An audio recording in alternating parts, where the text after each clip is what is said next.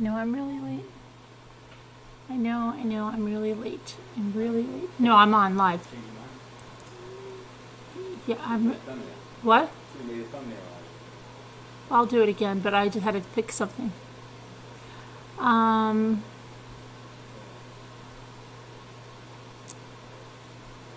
me see here. What was I doing? My channel.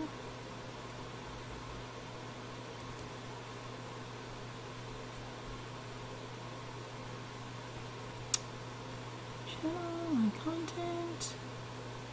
Hold on, guys. I just have to go in and change it. Sorry, I'm late. Like I said, I had to get some stuff done. Okay, let me just put our tags in. But in the meantime, I can talk to you about what's going on. Okay.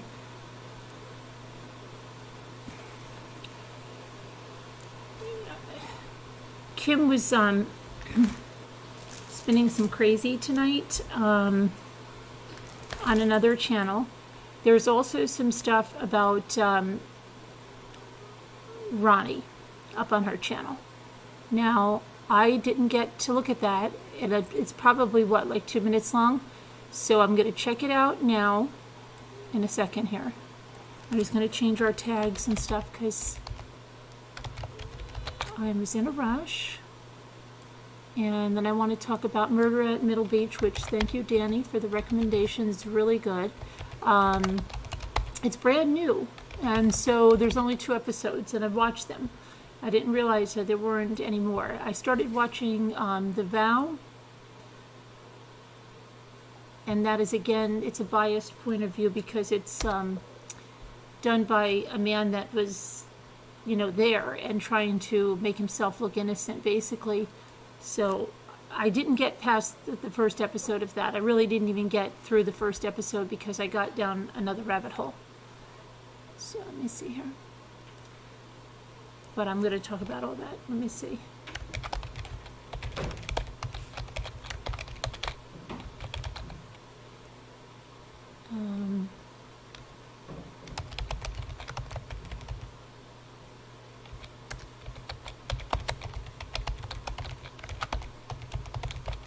That Murder at Middle Beach is a really, I mean, I'd never heard of that, but it's like a crazy real life whodunit, and I'll tell you about it. I never knew about gifting tables. Did you guys know about gifting tables? I've never heard that. I still don't. I have to get more into it because I don't understand. I understand you put the first $5,000 in, and then you supposedly get $40,000. But I don't understand how it keeps going, and it's just craziness there. What else did I say I was going to do? Okay. All right. Just have to put our, let me just,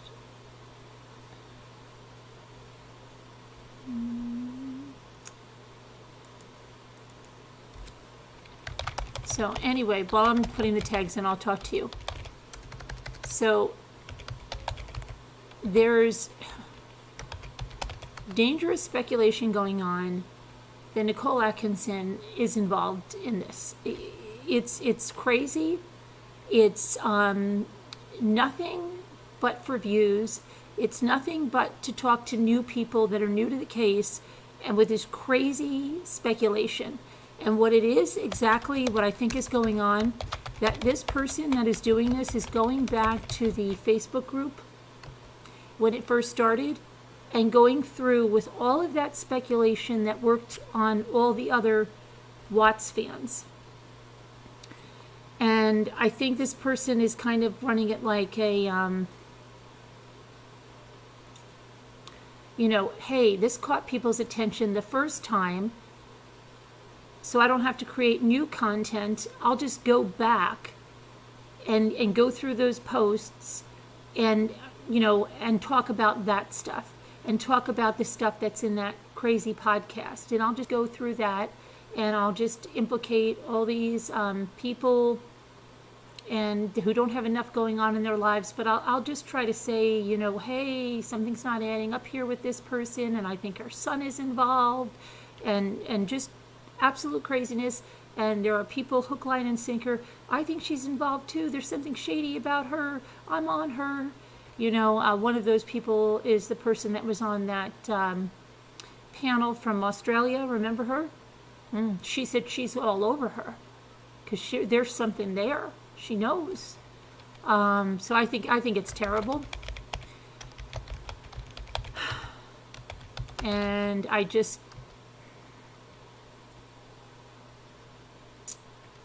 don't know, but then it went from bad to worse when someone got on, okay,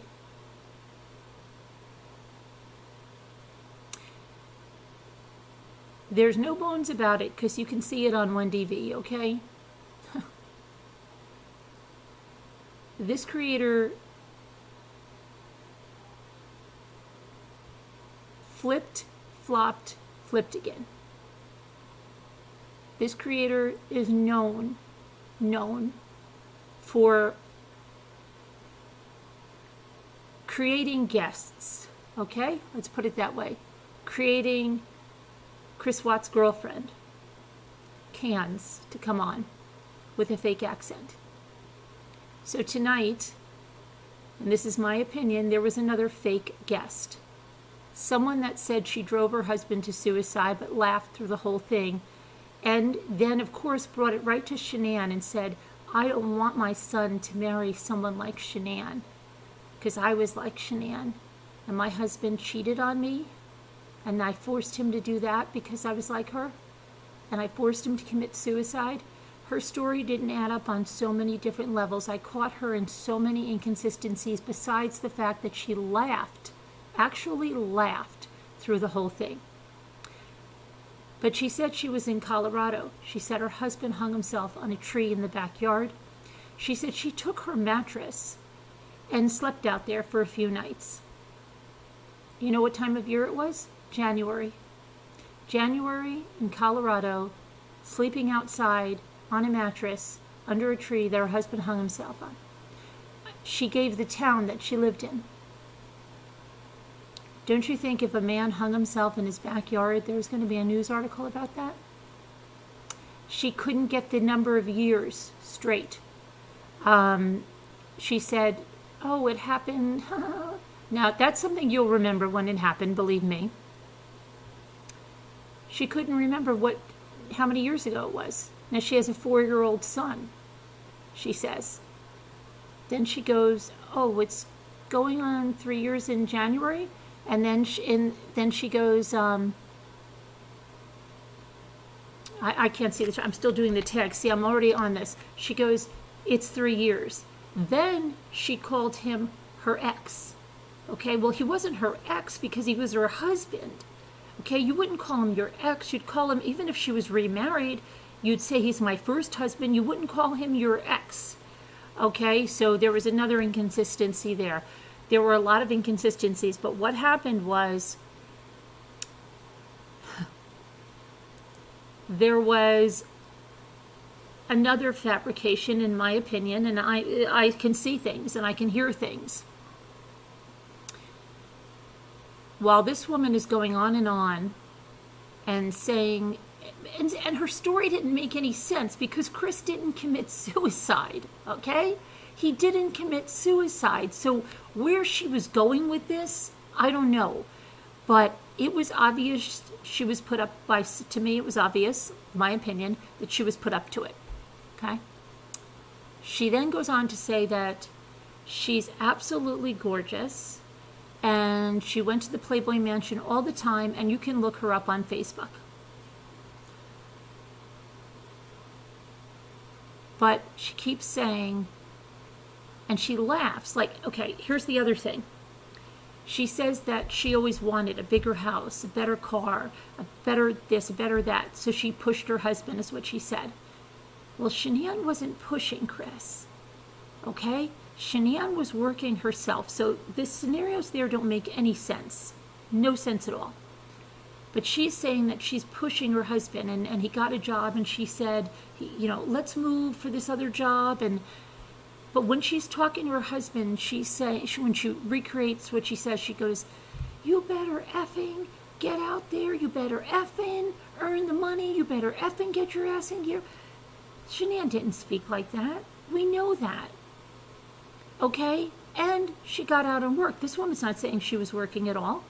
So the two are totally different. You can't compare them, but yet she keeps doing that because she's leading people to believe that that's what Shanann was like. But this guy committed suicide. It doesn't make any sense with what she's saying. This guy didn't kill her children and herself.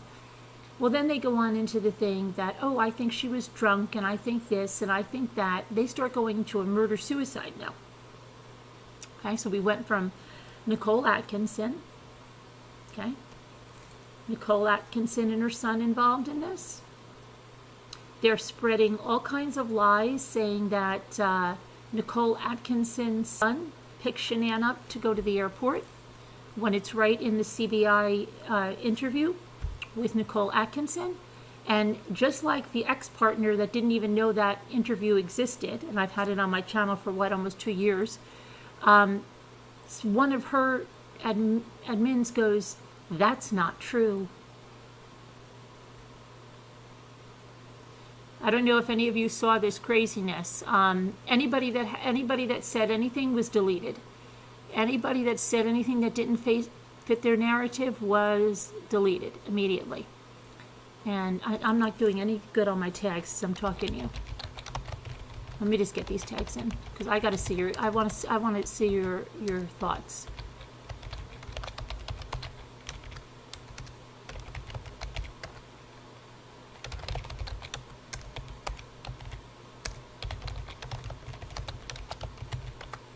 Okay, and then I want to go look at the Ronnie thing.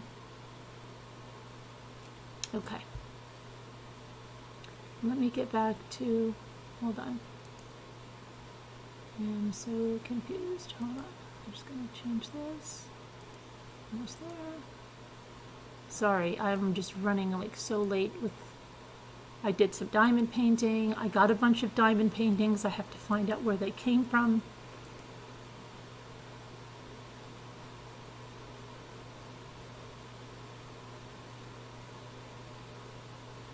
Okay. Now I think I'm just going to go here. Let's see if we got that now. All right, I'm trying to get back to the chat because I want to hear if any of you had any thoughts on this. So.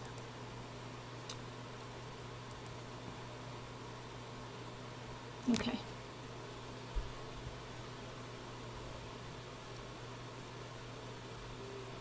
Okay, here's everybody. Let's see.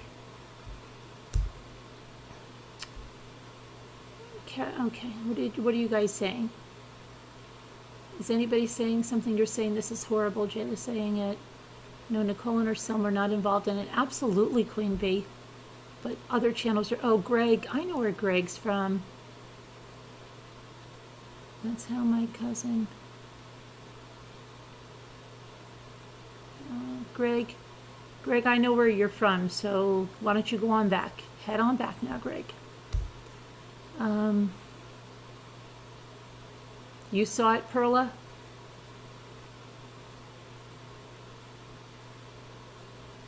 Okay.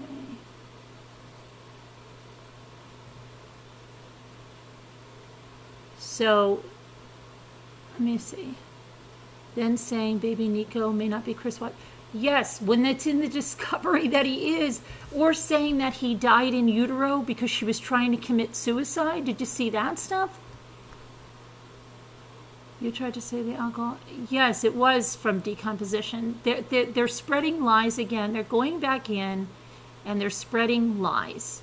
And what I think they're doing is they're just going back into this old group, okay, into the early days and saying, let's see, what were the conspiracy theories back then? Let's bring them out again. And so they have her airports up on there, and they're saying, look at this. Did anybody see this? And the host is very good, like the other critical one. The way they speak to create a lot of buzz about nothing. Like, oh, did you see this? did anybody see this? Are you seeing what I'm seeing? Oh my gosh.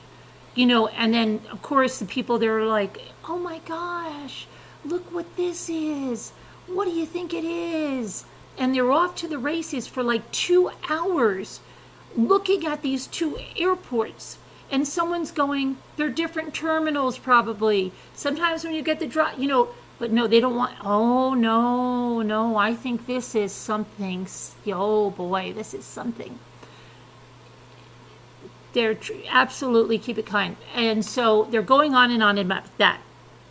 But wait, there's more. So they get this woman on, the one that's talking about the suicide. And she's laughing through the whole thing. Her story doesn't make sense. And where is it going? It doesn't make any sense. Her husband supposedly, allegedly, committed suicide. Shanann's husband didn't commit suicide, but they're off on this big thing that they're going to teach women how to be better wives. They're going to teach women how to be better wives because, you see, Shanann's problem is she wasn't a good wife. And that's the whole thing, okay? She wasn't a good wife. They're so jealous of her, and that's where it all stems from. Because let me tell you, okay, these two creators, and they have two different channels, okay? But they both come up with the same thing. They have come up with that they are using this as a teaching moment to teach women how to be better wives. Can I tell you that neither of these women behave in the way that they're saying that they're trying to teach you? Because I don't think going after someone on death row and sending him pictures of your breasts while you're married is actually the way you want a wife to behave. But yet you're going to teach people how to be a better wife. Okay? And the other one, if she's telling you that she has this great marriage, okay, you can look at it what it is.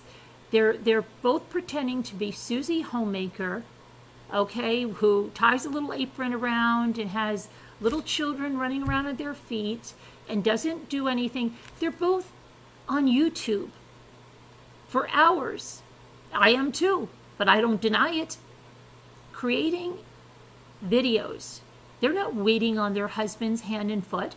And when they're off YouTube, the other one is gaming. Okay, so why are they lying? They're lying like crazy.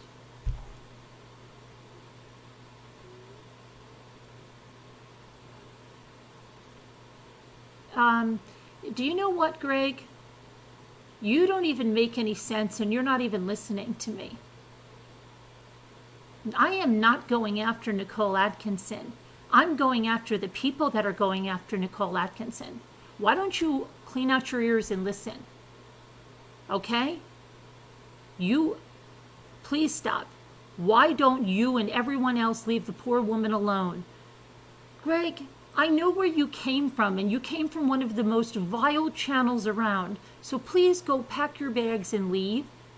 Because I am telling them not to bother Nicole Atkinson or her son. Stop spreading your false narrative in here, Greg. Okay, sorry. Greg's suicide instructor got all bent out of shape when the... Yes, I'm going to get to that. Because that backfired on them. That was crazy. Hi, Belly Dancer. Okay, so lies attract more flies. Yeah, yeah. So they're going on about this, and I'm just like, you've got to be kidding me, right? So, oh yeah, you got to be a better wife than that. She's not a good wife. I would never do that with my husband. I treat my husband like this. And then this one that's saying her husband committed suicide, every time she's talking about talking to her husband, she's swearing at him, okay? She's saying like, and I told him, get the F up, get yourself together, get the F up, I want more money. That's not at all what happened, okay? So, and a few people are saying that in the chat, and they're just ignoring it, okay? They're saying Chris didn't commit suicide. But now I know where they were going with the suicide. Now, you've got to listen to this, okay? You really have to listen to this. You look at someone's track record, you usually can see the way they go. And if something is successful for them, they're going to go back to it. By her own mouth,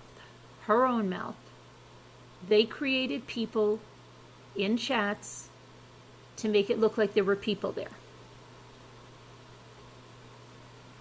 They're not above stuff like that. By her own mouth, she pretended to be Chris Watts' girlfriend. By her own mouth. So now you have this woman talking about suicide. Well, guess what?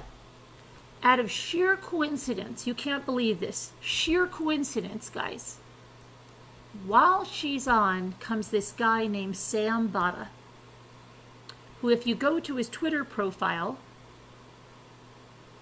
has a totally different picture of what he really looks like. He comes on, sheer coincidence now. What does that remind you of? Doesn't that remind you of how Lewis arrived on the scene over at the Critical Ones? Because he came on out of coincidence. Couldn't believe it. Sheer coincidence, this man comes on, okay? And this man happens to be the narrator for this other man's book. And the book is all about how men should be treated. And sheer coincidence, guys, you're not even going to believe this. Sheer freaking coincidence. The author of the book shows up. And people are going like this. Oh my gosh, he's in here too. These are the people, I'm sorry. Have you ever gone to the supermarket and they used to show you those Ginsu knives, right? And you're always next to people that are going like this. Oh my gosh, oh my gosh. And I'm from New York, from New Jersey. What's the catch? How much is this? What is this? What are you going to tell me next? I'm never the person that's doing that. Never. Okay? I'm always the skeptic. But I'm always next to the people like that are like, I want to hit them a little bit. Like, what's wrong with you? Okay? Come on now. Of course he's doing that. He's trying to sell you something. Okay, so, but those people are there. Okay? So now they get this guy up. Okay? But there's two problems. It's evident now why they had the suicide person on. Because this man's book just is written because, and here's another thing. The person that he writes about, well, the narrator says he never names his name because he doesn't want to invade their privacy. But it's someone out, I think he said in California. His wife drove him to suicide. And we're losing all these men to suicide because of the way the women are treating them. Okay? So no one's responsible for their actions anymore. No one's responsible for their actions. The women are responsible for their husbands killing themselves. You're not responsible. The men are not responsible for their actions. Okay. So, I mean, and the whole time I'm telling Scooter, like, this is freaking ridiculous. Told a couple of other people, I can't even believe what I'm hearing. But worse than that, I can't believe there's people freaking in the chat that believe this is a random occurrence or that believe any of this, okay? So the people in the chat are thinking that this guy is talking about a biblical type marriage, okay?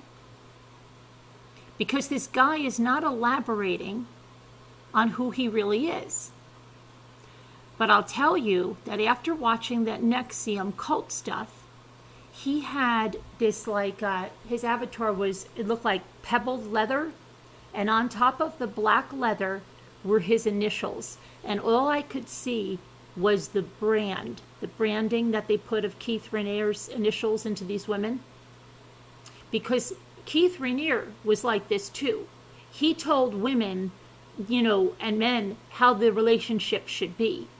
Okay? And if he spun it in his nice way, it could look like he was saying, oh, a biblical marriage where the man is the head of the household and this and that. And some people could go, oh, well, that's okay. I believe in that. I believe in that, whatever.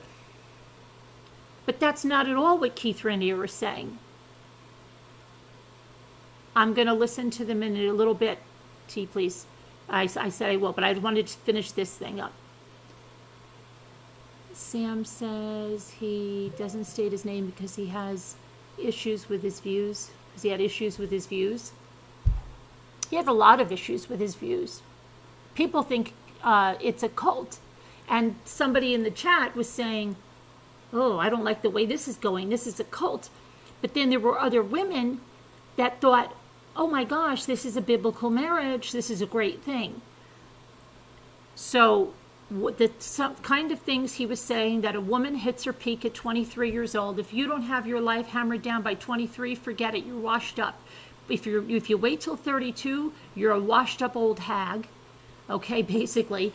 And but the man can go out, you know, his peak is not till way, way later. So so just for those that think he's wanting this biblical marriage, you know what he says?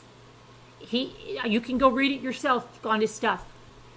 If a woman tells you, even if she's 18, 19, 20, if a woman tells you that she wants to wait to have sex with you, leave her. Don't accept that. Don't accept that. So right away, not so biblical, right? Not so biblical anymore. No, no, no. Have as much sex as you can, he says. But don't tell them how many sexual partners you've had. That sounds safe, doesn't that? That sounds very biblical, doesn't it? So meanwhile, he's spinning it off to these women that are going, oh, that's how my marriage is. I was married in 1958. That's how my marriage is. I don't think your marriage is like that because I don't even think you know what this guy is about. But you're falling for it hook, line, and sinker by what he's giving you, and you don't want to look into the real stuff. Okay? So, your road code then, yeah, you are according to that. And if you're a little bit overweight, so they're going on about all this, right? Now, meanwhile, the suicide woman, I guess they didn't prep her for this. So now, this was hysterical. This was hysterical. This blew their whole sham right out of the water. Two things. The suicide lady, the one that's saying don't treat your husband like that, right? Well, I guess that was all a sham that she said that, because I don't even think she had a husband that committed suicide or whatever. But she's so furious. Yes, Lori, she's so furious by what this guy is saying. She cannot stop herself from butting in. Okay? So she's going, wait a minute. What are you saying? You're saying that what? What? Right? So, because right before he came on, she said a woman shouldn't walk behind a man and be fearful. She shouldn't walk ahead of him and be like a dictator. She should walk beside him and be his equal. And this guy gets on and says, they can't be equals. You can never be equals. Blah, blah, blah. You know, and he starts going on. Well, she starts flipping out. And then the host is like, oh, can you just be quiet for a minute, please? You know, let him talk. I want to hear him out. Well, now, Sam is saying it's not a promotion. This guy doesn't need money. But Sam, now listen to this one, who's just on there for the first time, just by happenstance. Remember that? He's just there by sheer luck. He is dropping freaking links in the chat without even asking. So it's obvious this was set up before, okay? Because he's putting like, see, you know, he's got the guy's name on Twitter, see this on Twitter, go to this for the book. He's just dropping all these links in the chat. So they're trying to calm the suicide lady down. And then a few people in the chat are saying, wow, well, this took a sharp turn. Oh, this took a turn. right? Because she's now speaking out against this. Sam's lying and saying that there are no pictures of this guy, okay? Because he doesn't want to be doxxed. There are pictures of this guy all over the place. He's on interviews. I'll show you what this guy looks like, okay? This guy that's giving all this great advice. And he's going on and he's saying that he has a 22-year-old daughter, and he just told his 22-year-old daughter, you better get in gear because you're going to reach 23, and 23 is your peak. If you don't have your guy by 23, you're done. You're going to go downhill every single year from then. Every single year. If you ask any guy what woman they want, they say a 23-year-old, and that's for a reason, because that's your peak. They don't want you at 32. Forget it at 35. If you're done. You're washed up. Okay?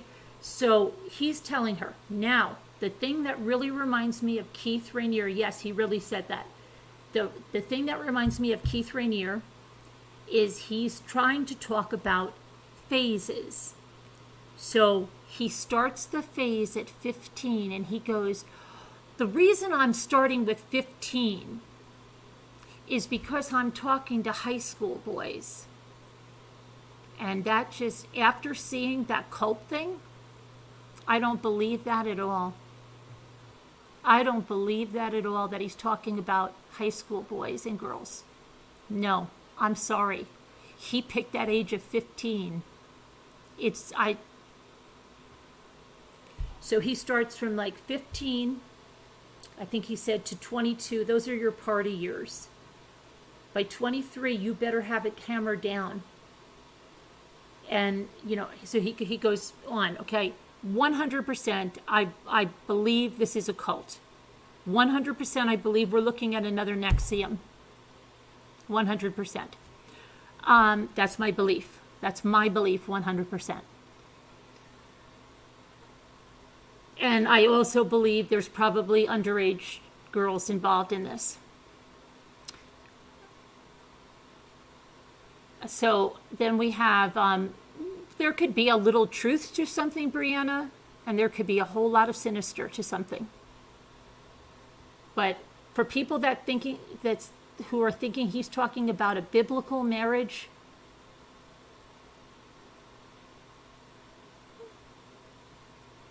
go look at what he says. But that's how they get you in. Don't you understand? If he came on with radical things, people would go away. If you study how they got him in Nexium, they didn't talk about the children and doing stuff with children, not until these people were in certain phases. They had to get these people indoctrinated first. So he is not going to talk about that with people like this. That stuff is going to be in the inner workings of it. Okay? So, anyway. He's going on about this. He's telling his daughter this, that, and the other thing. And then he's talking about how much sex he's having with his wife. And, but he doesn't, he says, anybody that's a single mother, he'd like to go back to where they sent single mothers away and took their children. So, and there's still people in there going, oh, yeah, that's good. This is good. I think this is good. I'm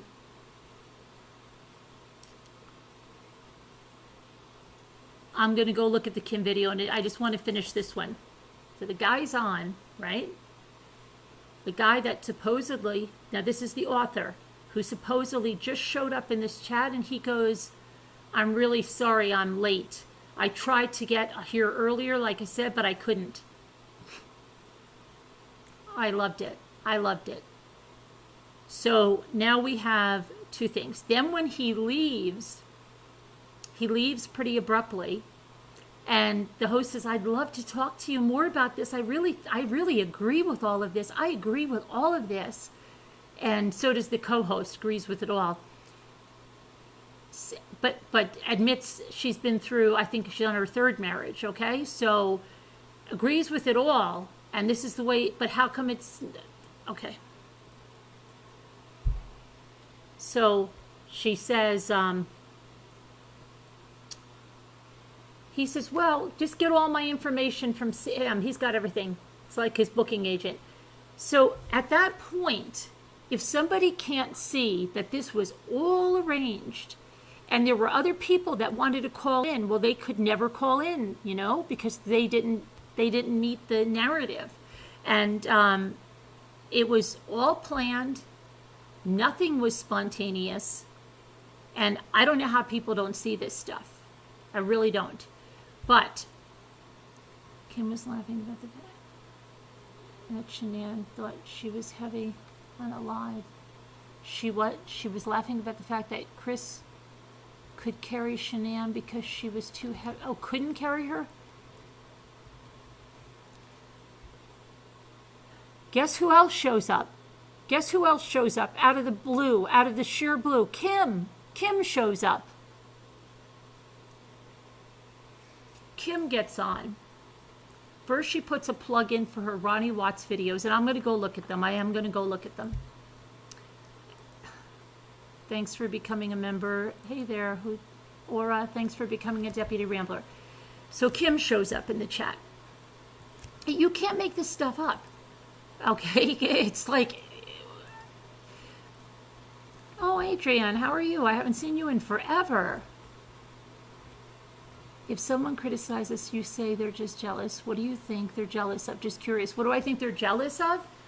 I think they're jealous of, number one, that she had things together, that she was beautiful, that she was independent, that she was sassy, that she was a go-getter, that she knew how to keep her house as clean and organized as she did and work as hard as she did, that she was just, with all of her illnesses and everything, she never let it get her down. She wasn't sitting there in bed. She got out there and worked. She could have sat there and said, I can't go to work. I don't feel good. She never did. She never let it get her down. She had a shine about her. She brought people together. She brought people together even after her death. She brought even more people together and touched more lives than she could ever imagine. And she's looking on and seeing that of all these people that she brought together. She had a light that they will never have, and she had a spark that she helped people, you know, all of these people, these friends, and she was the greatest friend and just a bright spirit to be around. And they're jealous of that because they don't have that. People don't gravitate towards them. People don't want to be around them. And that's what they're jealous of. Okay, so that, I hope that answers your question. They are jealous. That she had a lovely personality. She had beautiful children. She was just what they can't be. Hey, Danny. So we get to that. Now, where was I? Kim comes on. And Kim says, oh my gosh, I love this book. I want to get it for Chris. I think he'll love it. I talk to Chris every day. You talk to Chris every day? That's why you're giving us an old Wisconsin phone call? Really? I think you're spinning a web of lies.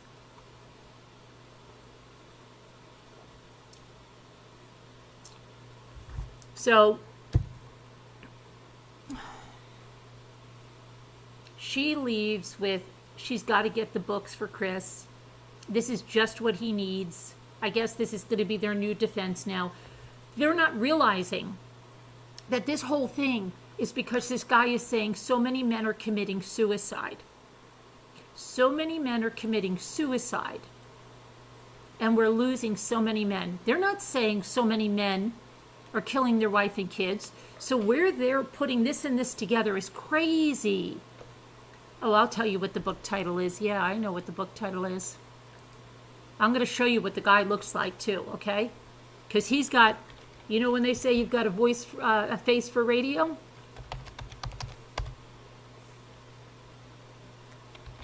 That's why you see his initials.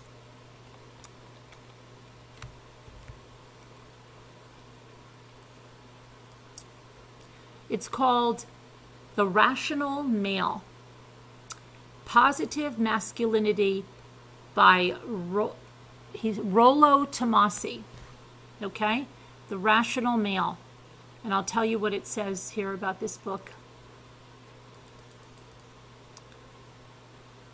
Building once more on the core works of The Rational Male by Rollo Tomasi, Positive Masculinity in the newest supplemental reading is the newest supplemental reading in the series designed to give men not a prescription, but actionable information to build better lives for themselves based on realistic and objective intersexual dynamics between men and women.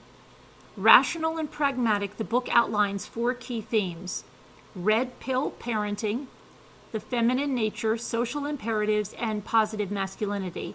Free of pop psychology, pablum about parenting today, red pill parenting is primarily aimed at the fathers and fathers-to-be who wanted more in-depth information about raising their sons and daughters in a red pill-aware context. While not an instruction manual, it will give men some insight on how to develop a parenting style based on red pill principles, as well as what they can expect their kids to encounter from a feminine primary social order determined to educate them. The Feminine Nature is a collection of essays, revised and curated, that specifically address the most predictable aspects of the female psyche. It outlines and explores both the evolutionary and socialized reasons for women's most common behaviors and their motives, and how men can build their awareness into a more efficient way of interacting with them. Social imperatives detail how the female psyche extrapolates into Western and westernizing cultural narratives, social dictates, and legal and political legislation. This is the feminine imperative writ large, and this section explores how feminism, women's sexual strategies, and primarily life goals have molded our society into what we take for granted today. Also detailed is the woman's empowerment narrative and the rise of the blank slate egalitarian equalism, masking as a form of female supremacism that has fundamentally altered Western cultures. The last section, Positive Masculinity, is comprised of essays reformed and expanded upon that will give men a better idea of how to define masculinity for themselves from a conventional and rational perspective in an era when popular culture seeks to dismiss, ridicule, shame, and obscure masculinity. This section and book is intended to raise men's awareness of how fluid, how fluid redefinitions of masculinity have been deliberately used to disempower and feminize men by a feminine primary social order. The book is the third in a series, complements to The Rational Man, the 15-year core writing of author, blogger Rollo Tomasi, okay, therationalmale.com.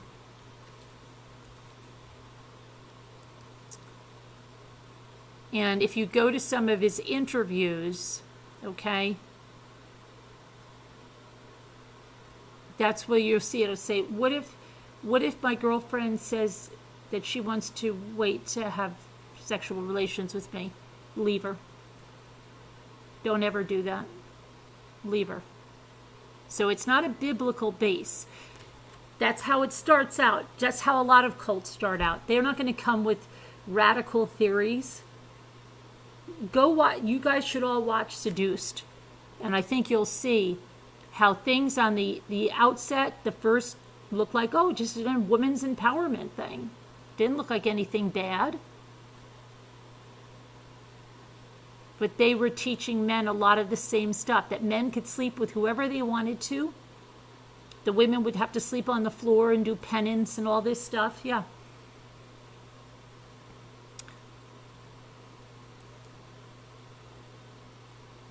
But it just I want to get his picture. Hold on, because I'm going to grab the one I know I sent it to.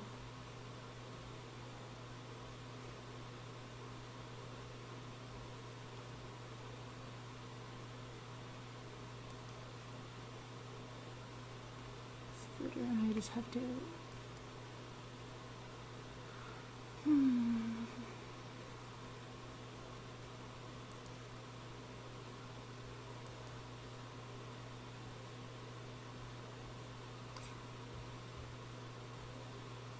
this guy here. You have even a cell phone. I'm just going to pull this over so you can see this guy, okay?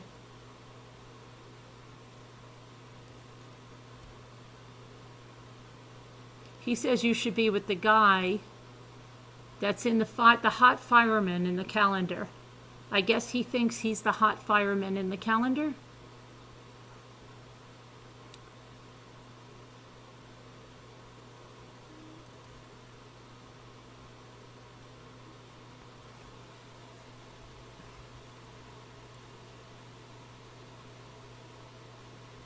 Okay.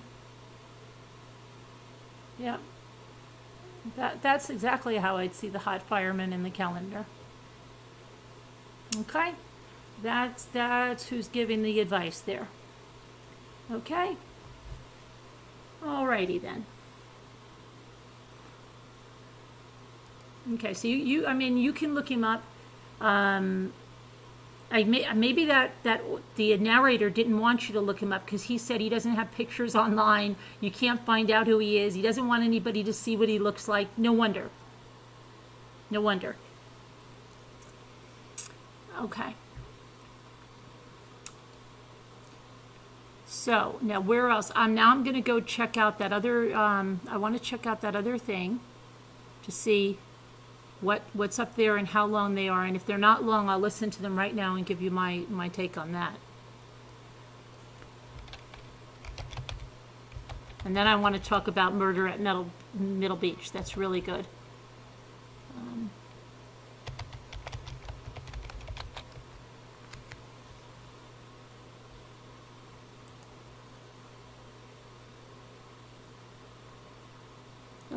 Okay, so we have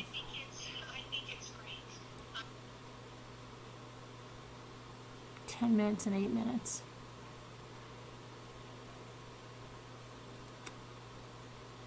So what?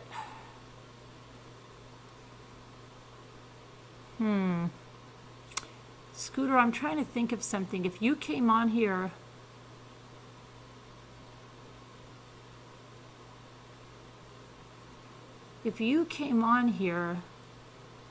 or if I put the number out, I can put the number out in Slack, and then I can listen while you guys can talk, and then I can tell you. I can listen to the first one. I don't think it's not that long. I think it's 8 minutes. And I can talk about Metal Beach until then, but I'm going to put the number in Slack. I meant to do it before I came on, but I was running around like a loony.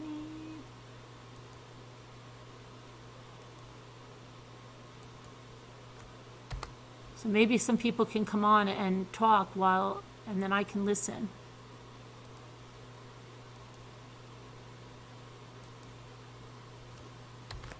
Okay, so Murder at Meadow Beach.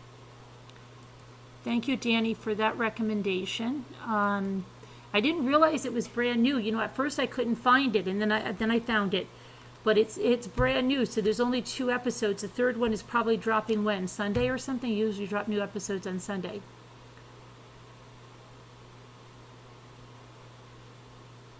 Please show chat. Oh, slow it? Slow it. Okay, is it going too fast? All right. Let me try to see this now.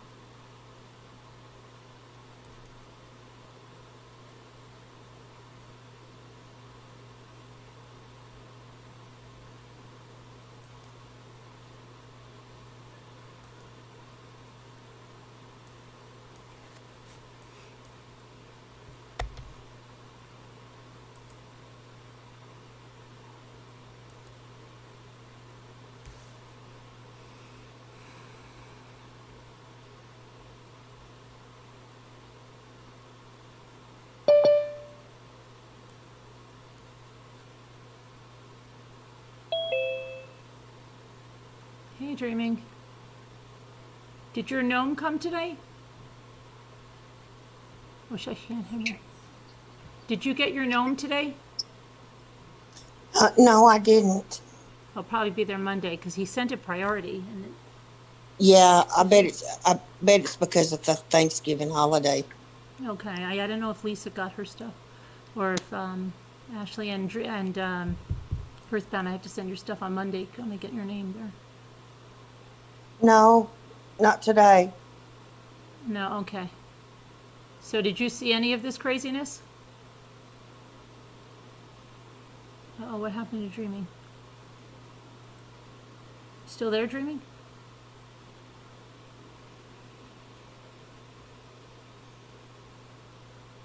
Can you hear me? Yeah.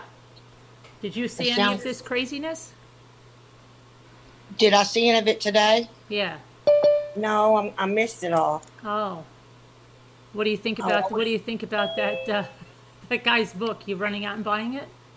I think that guy is a nutcase. He looks very sick and very old, and he looks like he's has no teeth. I think I think he needs to go back in his bedroom and just sit there. I think it's really troubling about the 15-year-old girls given the this other cult with Rainier. That is so sick. And the It way he really had his is. initials just reminded me of another brand on somebody. Yeah, There are some sick chicks out here. I bet you I haven't even dug deep into this guy, but I guarantee you there's like really bad stuff out there. Just from what I I saw bet tonight, a little so. bit of And what's this guy's name? roll. What is it? Rolo. Think about Rolo candies. Rolo Okay. Tomasi. Okay. The guy that you showed the picture. Yeah, yeah. Now, is that considered doxing? No, he came on with his name. I'm kidding. Oh, okay. I don't. I think he needs to be doxxed. Hi, Dreaming. Hey, let's You don't dox have him. your fancy camera on tonight. Oh, You the one with do? the one with the stick thing, the head. Yeah, Yeah. that was so much fun. Oh, let me see if I can still do it. That would be great. We loved it. There was a nice laugh. You know, I'm just look.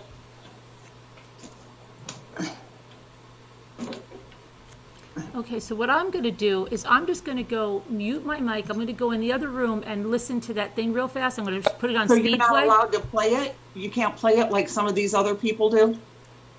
I don't want to take a chance because she doesn't like me too much, Oh, okay. you know. Yeah, very true. Yeah, true. But I'll just put it on like double time, and it'll be like I'll be gone for like 4 minutes. But you guys can hold down the fort, right? Okay. All Yep. right. I don't know how to do it. I'm sorry.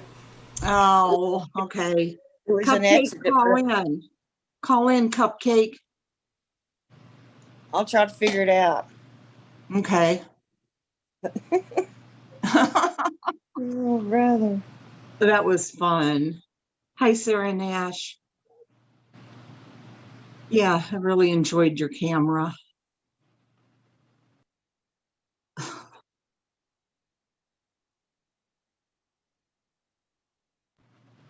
Hi, Keep It Kind.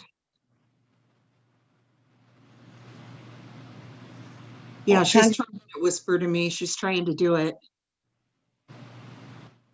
I'm trying. I'm trying to find it. Manage settings. Virtual. Oh, I think I found it. Yes. But it H made me sideways. Let's see if I can turn it. HCN. She's listening to the interview of CW's father from another person online tonight. Oh, there you go. That is so cool. Oh my gosh. Oh man. Oh, I love it. I don't know what that is above my head.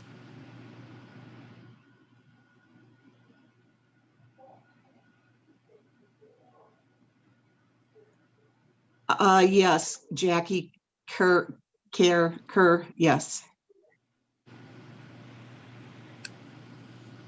Uh-oh. Now I can't get back.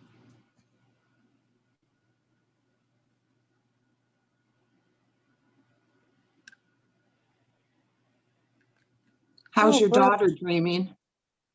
My daughter is finished with her radiation and chemo, and the radiation was pretty bad.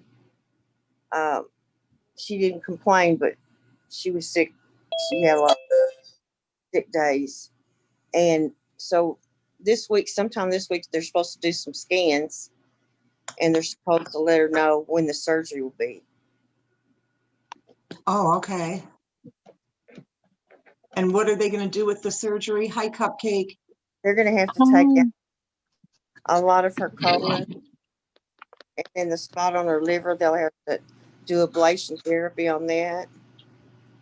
And uh, hopefully take that one lymph node out. Lymph node? Yeah, she has one lymph node involvement, which that's good because usually there's more, they say. So I hope she can have surgery, but soon. But they're trying to, you know, let her system kind of build back up. Right, yeah. well, hi everybody. Tracy Klaus, Hi. Jayla Clemens. Hi Dreamin. Hey Two Scoots. Hey. Hi, Mary Hildgrant. My Hi, two wild Suzanne Huggins, Suzanne Huggins, and Potter. Okay, sorry, I didn't mean to interrupt you. What was you gonna Oh say? no, that's okay. I just said, oh, sorry, were we interrupting Dreamin? No, Oh, I was just saying my two wild women. I had to let her off of there. Hey Alma. Muka 77. You have to did you say how you got your name? Where does Muka 77 come from? I'm fascinated. Yeah, I wondered that too. All the cupcakes out there. Dreaming Augie says it'll be okay, sending love. Thank you, Oh all. yeah. I know it's going to be a rough surgery, but she can do it. She's been handling this real well.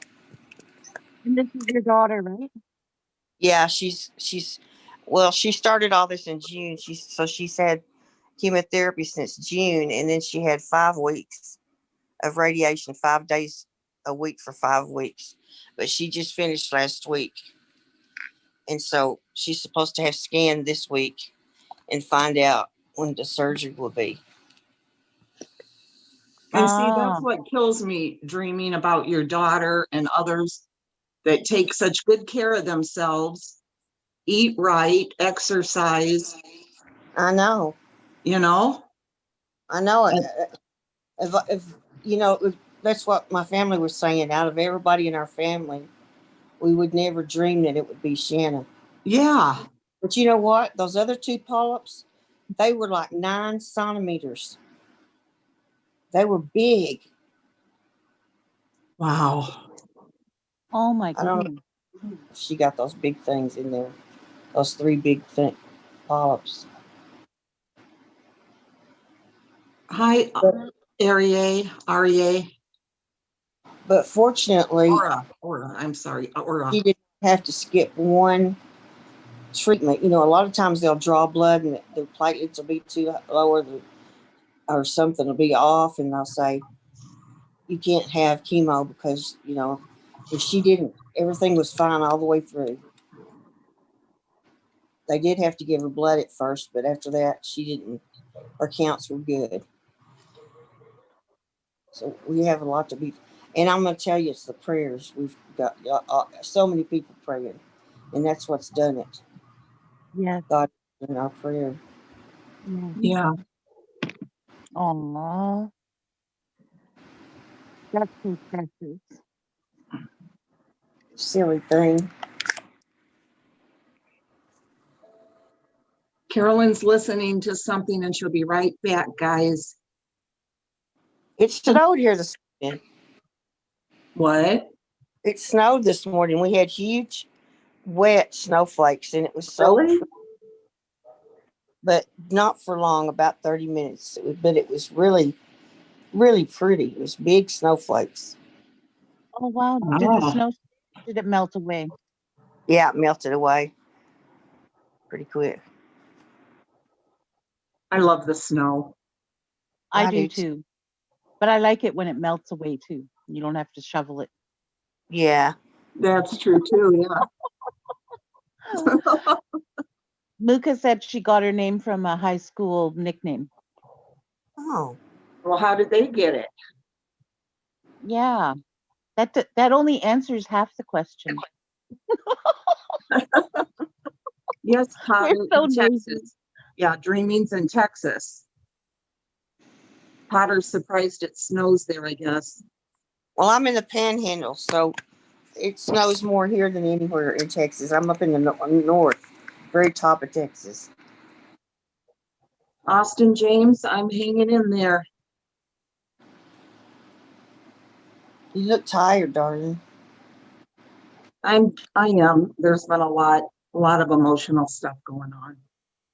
Oh Aw, gosh, Suze, are you okay? Oh yeah, yeah. I'm that's the good. worst. Yeah, right. Oh, here's Lisha.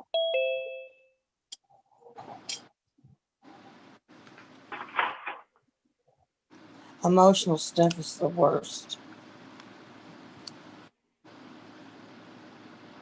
Bless your heart. Yeah. So you guys know how that is. And Yep. you know that dreaming with your daughter. Oh yeah. Yeah. Hi, Lisha. Love you too, Teresa. Hi. Sorry, I muted myself because my dog was barking. Yeah, did you hear that guy on that other channel tonight? Yeah, it just goes to show you that sexism is such a mess and patriarchy and misogyny are such a mess. And it doesn't, go hand in hand with all of this. It's ridiculous. Yeah. And the reason why women put up with this is because we're socialized to think Hi, that Mary Hildebrand. being, in a couple and just ignoring or what's the word? He was so Just kind ugly. of putting up with stuff, you know what I'm saying, and looking the other way. And then it's so easy to erode our self-esteem so that we are trained like seals, like so easily. It's so frightening. It's so frightening. And they know how to play on our insecurities. Like Oxenberg girl, she was a slow learner. And so she had, that it's, we have gone back 100 years with regards to women's rights, social rights. We're in an evil alternate universe, it feels like, honestly, to tell you the truth. I can't believe how evil and cruel people are. But we I haven't don't gone back years because we get to get out and work, and we're successful and strong women. And back then, they just had to stay home and right, collect but their egg. but Good. that's the thing is like, and this isn't to be political, but it's just to say that it's the mood of our country. Like when we elected an African American president, it's like, oh, there's no racism, which is not true. It got worse, and now it's blatant, and Amber, is that better? so now it's like, oh, well, women have this, this, and this. But you know what? It's not true because we can go out and work full time, but then we have to come home and clean and do most of the child care and, men's, I'm just, it's so disheartening. I And don't know. it's frightening. Most people. I'm sorry, what was that? Really and truly, I don't know anybody that. Most people that I know that work get their house cleaned and the husbands pitch in. I guess I'm just lucky. I don't know any of those people that you're talking about. I know a lot of college-educated women who make more than their husbands, and they're trying to not emasculate them. And so, in doing so, they do more than, you know what I'm saying? Because they don't want to treat them like, oh, they're less than. Wait, And- let me just say something real quick, please. Lori Beth, you didn't bother me at all yesterday. I was just trying to type that in. So, and you can see I only got your name partway. It's a stupid tablet. So thank you, everybody. Can I say something? This new phone I think is skipping. Some of my friends, when I call them, they say I'm skipping. Have y'all noticed that? Kind of cutting out a little bit. Yeah. Yeah. I'm What gonna have kind to, of phone do you have, It's Dreamin'? not bad at all, though, streaming. It's not bad. well, I know, but a new phone shouldn't be doing that, should it? Yeah, you've had nothing, but you got a lemon, or maybe the 11 is horrible, and that's why they've given it away for $150. Well, I looked at a bunch of stuff about it today, and nobody has reported this problem, so I guess I got a lemon. Do you think it's your connection, maybe? No, because I've always had a good connection. Oh, okay. Weird noises, like what kind of noises? It's not bad right now. Tracy Klaus, you're so funny. I haven't heard any weird noises. Alma says that you're floating, Dreaming. Oh, I quit though. She was She earlier. did that on purpose. How did you do that, by the way? It's over there. It says background, and then you click on it, and it makes the background, and it shows you doing that floating. I don't know why my picture's not showing up. It's weird. Mine Is that- either. Is that I how I worked on- do it? Yeah, you sound good now, Dreaming. It's fine. Well, if I start cutting out, let me know because I want to take it back. Okay. Cupcake, you sounded like Snuggle, the fabric softener teddy bear the other night when you were laughing. Oh my god. That must be my pants laughing. Oh, that's You know, cute. Snuggle, you know, it's like, Snow remover, Lisha says, what do you call a woman who works like a man? Lazy. Don't come for me. I'm joking. You get it? You get it? What is this person saying? You don't Use get it? Thing with I the get mom. it, yeah. I've Oh, never okay. been a male that first. Like, but that's the mock beauty on. is like, anyway, I'm just, whatever. Amber, I don't have a mic. I'm just talking to my phone. There'll always be somebody who's like, oh, those chips that bag is so horrible. The other night, somebody was what like, would you like to know? Nana Patty's food is, and it's like, Nana Patty's not even eating. And they like, this person commented like 10 times. And it's like, chill out. Like, Carolyn was having a snack. So it sounds Right, like right.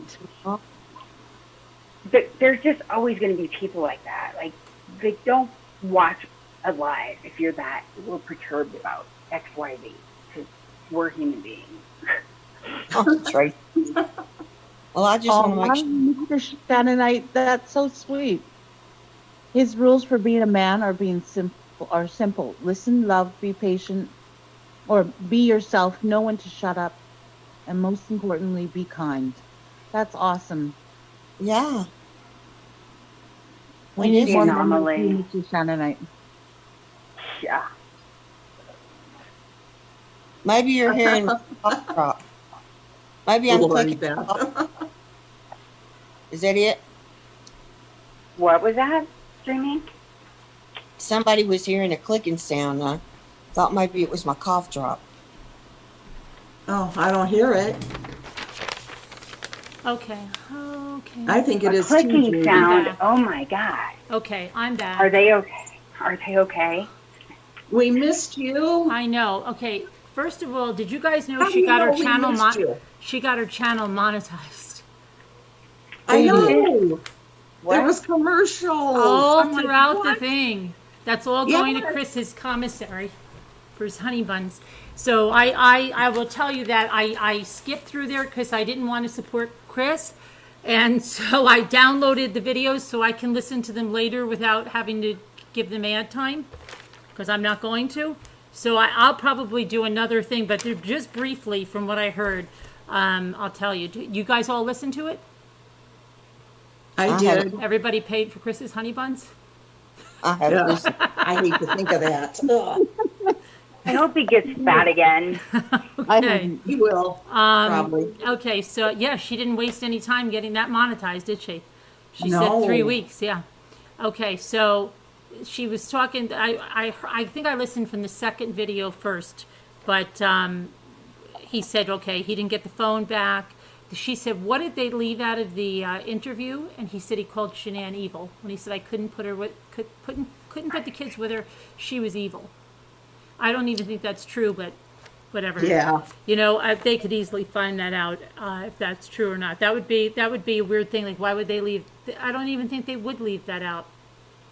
Because no. I think they would leave that in There's there. no reason. There's Yeah. no reason for that. Right, to be left absolutely. out. And then let's see, what did Carolyn, you say? Especially when they What did you left in voice? the part about him killing the kid's wife. Like, that's horrible. Oh, he you know did- what I'm saying? Yeah, well, he didn't even go into that part from what I heard.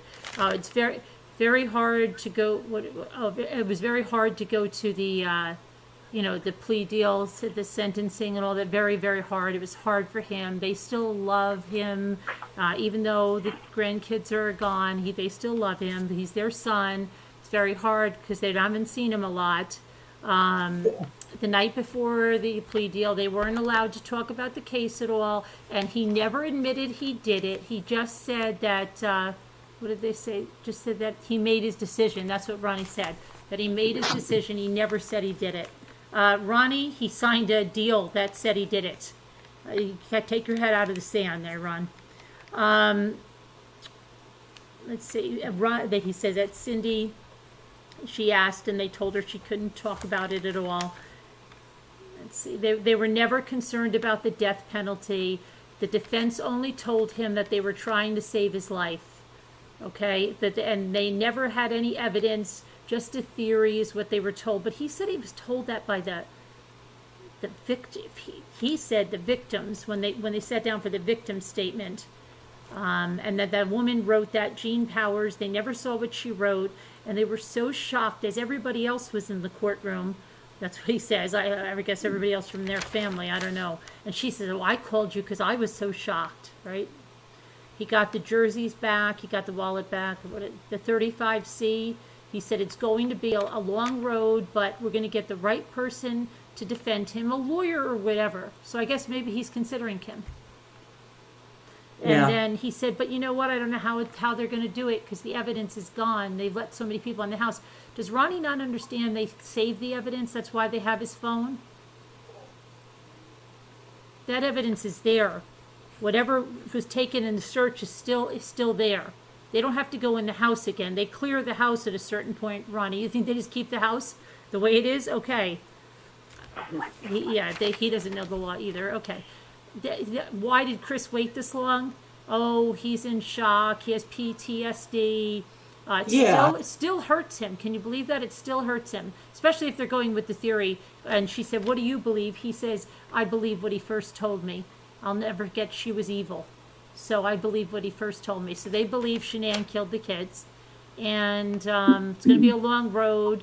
They'll never have a normal life. They have a memorial garden at the house. They're full support of Kim's channel. It's 3 weeks ago. What do you like about it? I like that you're getting all this stuff out there, not like those other people that talk and don't go over the facts. Yeah, Ronnie. It's funny yeah. that they villainized Tammy when she was the one that gave them did Shanann hurt the girls, you know? Yeah, and then the idea. let's see. Oh, So he said that people like this, this don't want to look at the facts. It was really all basically what she said. He just rehashed it. They've got the same narrative. It's just a bunch of junk. So Are she they- was talking on there too then, because I must have missed that. What'd you say? So Cindy did a interview with her too? No. It's all Ronnie. Oh, okay. Ronnie. Well, I know I heard him tonight. Yeah, they're both Ronnie. So let me get this straight. Are they going to say that he's going to go with the first thing he said was Yeah, that? but I truly believe Chris has not said that. Well, remember we heard him say that. Yeah, but they're saying it, but I don't believe Chris is saying that yet. That's why he hasn't filed. And Oh. and then Ronnie said, what did he say? What did I was just going to say? He said people in 35 said killed the kids. There was something else I was just thinking about. Oh, that he can't call sometimes because of the ickies going around the prison. Yet she's saying she's speaking to him every single day.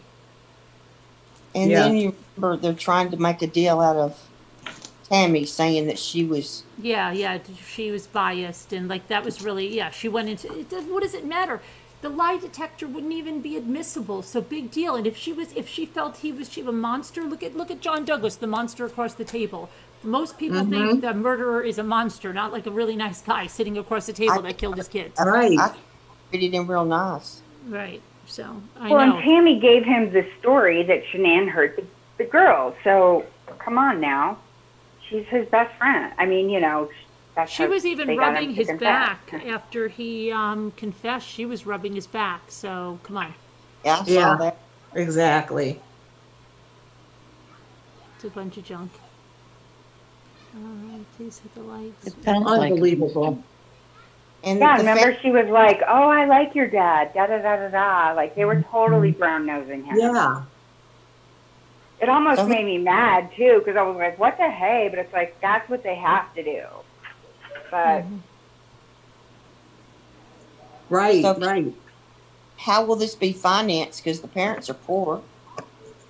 Well, now she monetized the channel, Yeah. so everybody can pay for Chris's defense. Oh. Yeah, it's probably I guarantee she'll put something on. Now that she's monetized, there'll probably be a video dropped every single day. Multiple.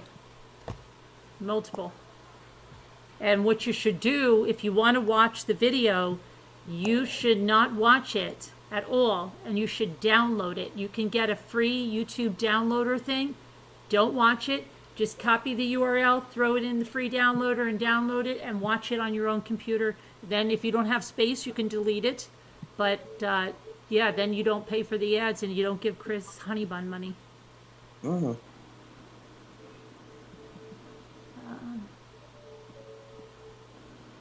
Right. Yeah. I You don't. don't- I you don't don't- think he's. I don't think there's any way he'll get another trial. I thought it was creepy how Ronnie kept rubbing Chris's back because it's all a pipe dream. He's not going to get another trial. it's from the Revelation Chris Watts channel, Dawn. Honey buns all around. Yeah, because she's putting the ads in the videos. She didn't waste any time on that. Chris, I'm making money for your defense. Right. Yeah. Yeah, there's a lot. Just look, there's a lot of free downloaders, like YouTube free downloaders, and just put it in there. You just put the URL, it'll put the video right in there, and it downloads it. So you don't give them ads? You don't Is there have. You ads? don't even have to watch it on YouTube at all. Cool. And there's rumors are now going around that he may have Asperger's. What difference does that make? Yeah. Right. Yeah, So I know. And because somebody else said deal. something, well, what if somebody, committed a crime on Ambien? Well, what about that guy that was on bath salts and he ate someone's face off? He still had he still had an answer for it.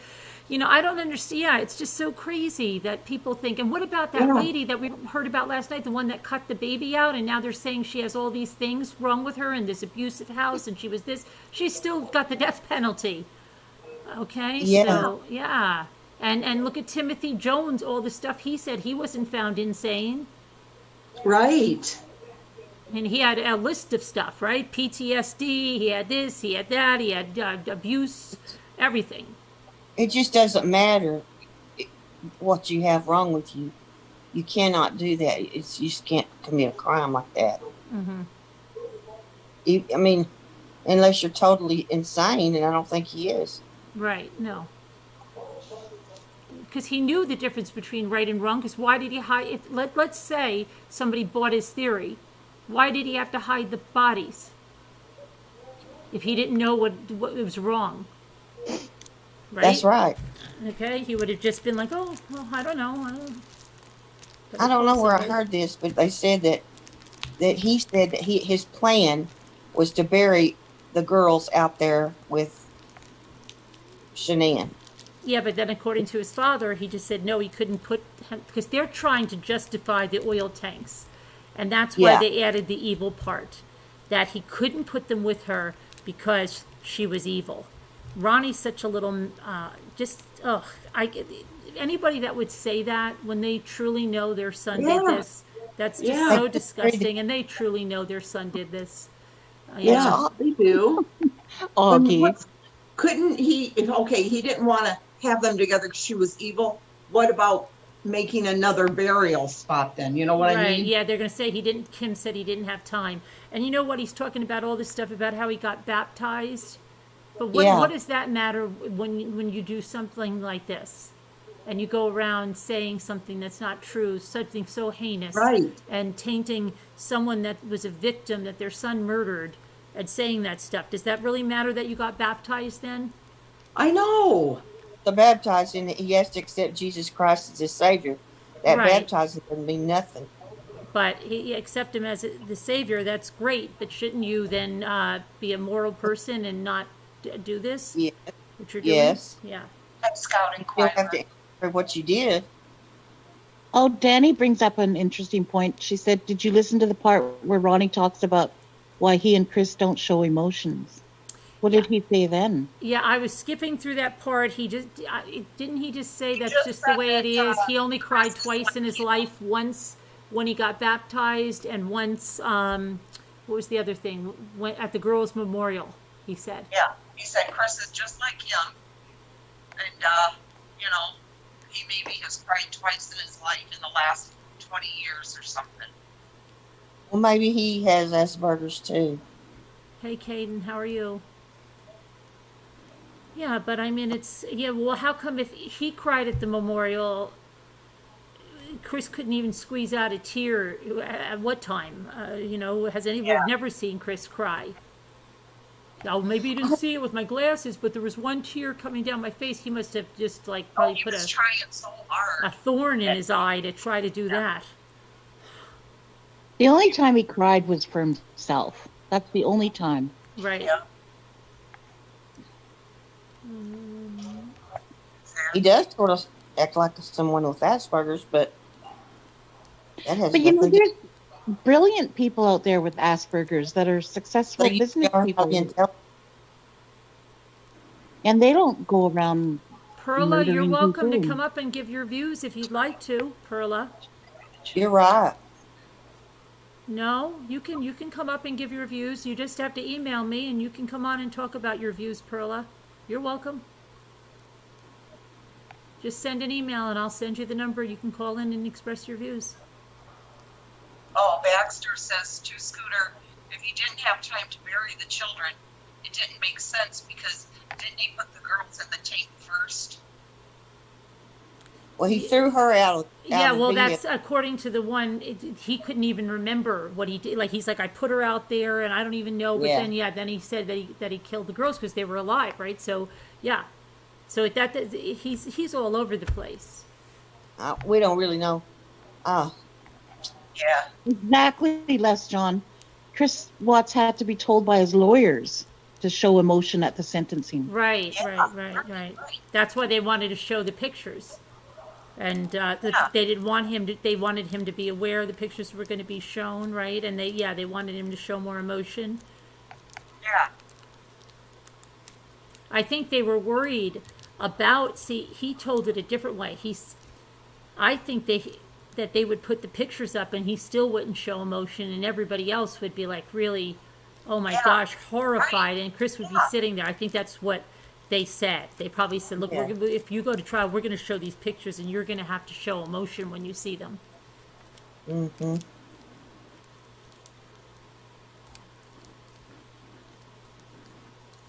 And as far as Ronnie is Oh concerned, yeah, I know, what do you team. think?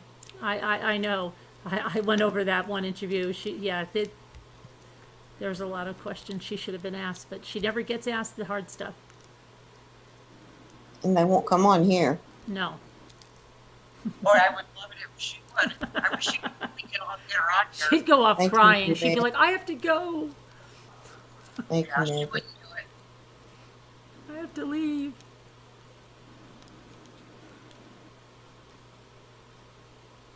I wonder how Baxter Palm's daughter's. I know it was her daughter-in-law. Her Remember? Yeah, her daughter-in-law to be, I think. How's she doing? I hope. How's she doing? Is she doing okay, Baxter? Ronnie was also blaming his legal team. Yeah, that they just wanted to save his life. They did. That's it. But see, he's just reiterating everything Cindy said that first interview. That's exactly what she said. She said they just wanted to save his life. I don't care about the death penalty. I wanted him to fight it. Yeah. Yeah. They give their sex absolutely no credit whatsoever for anything.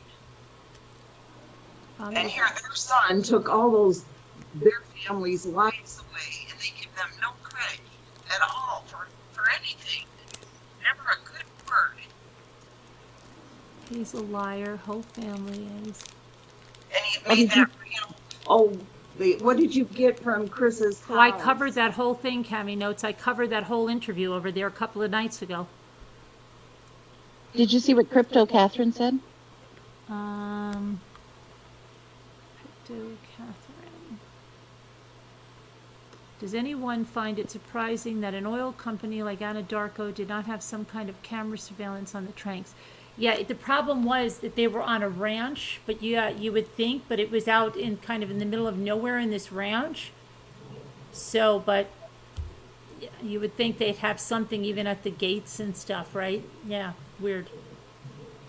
Right, Kate and Shane? Never a good word about that family.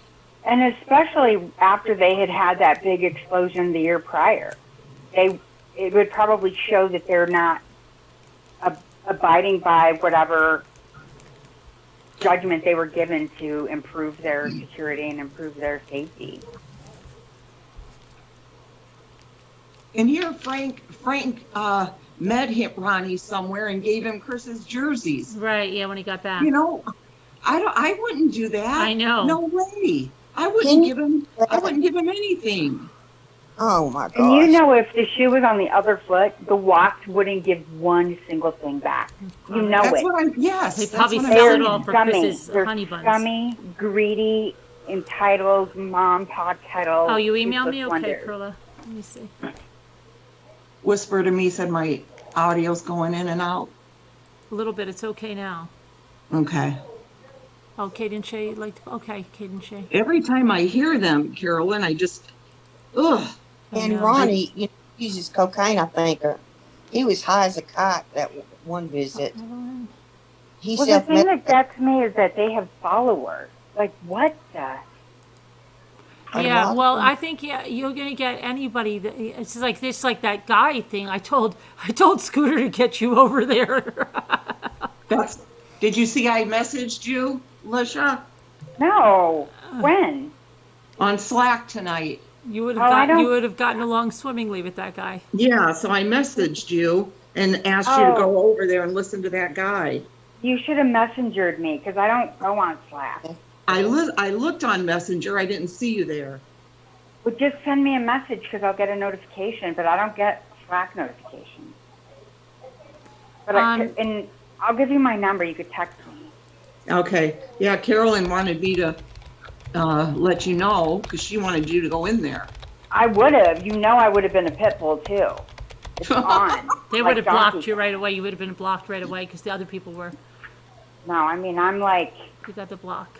then Because maybe I I'll was have just to like laughing. create. I put LOL when she told me, I just put smiley laughing faces and she goes, I'm serious. I'm like, okay, here I go then. Well, they said that Ronnie had a problem, didn't they? A drug problem.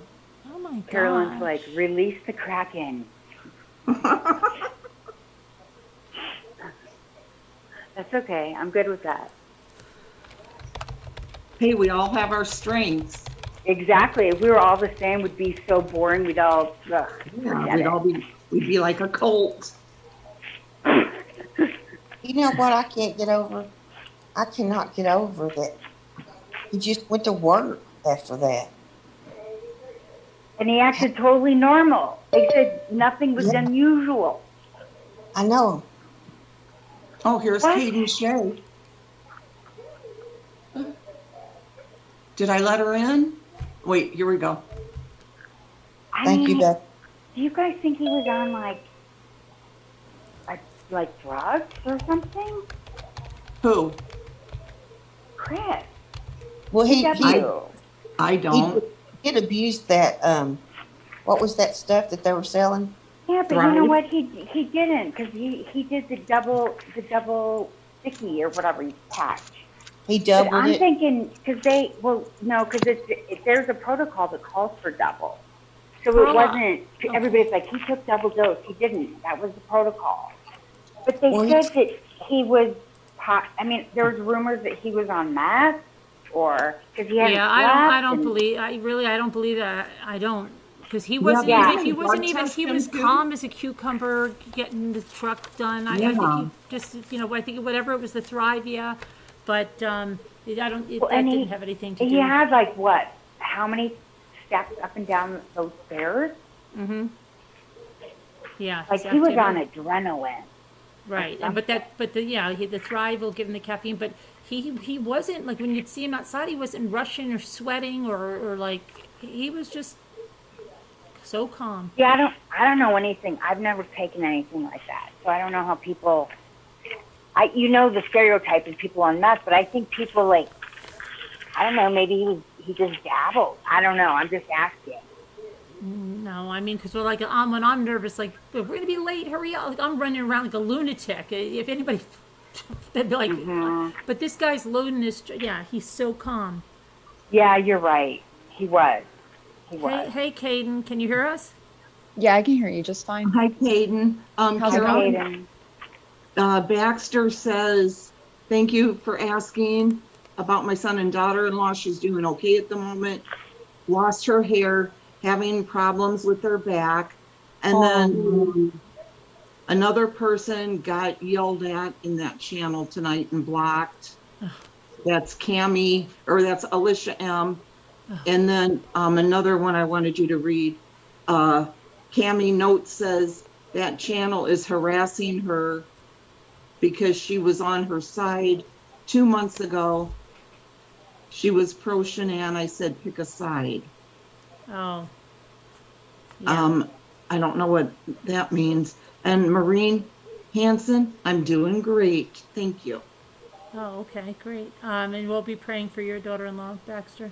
No, she wasn't on oxy for lupus.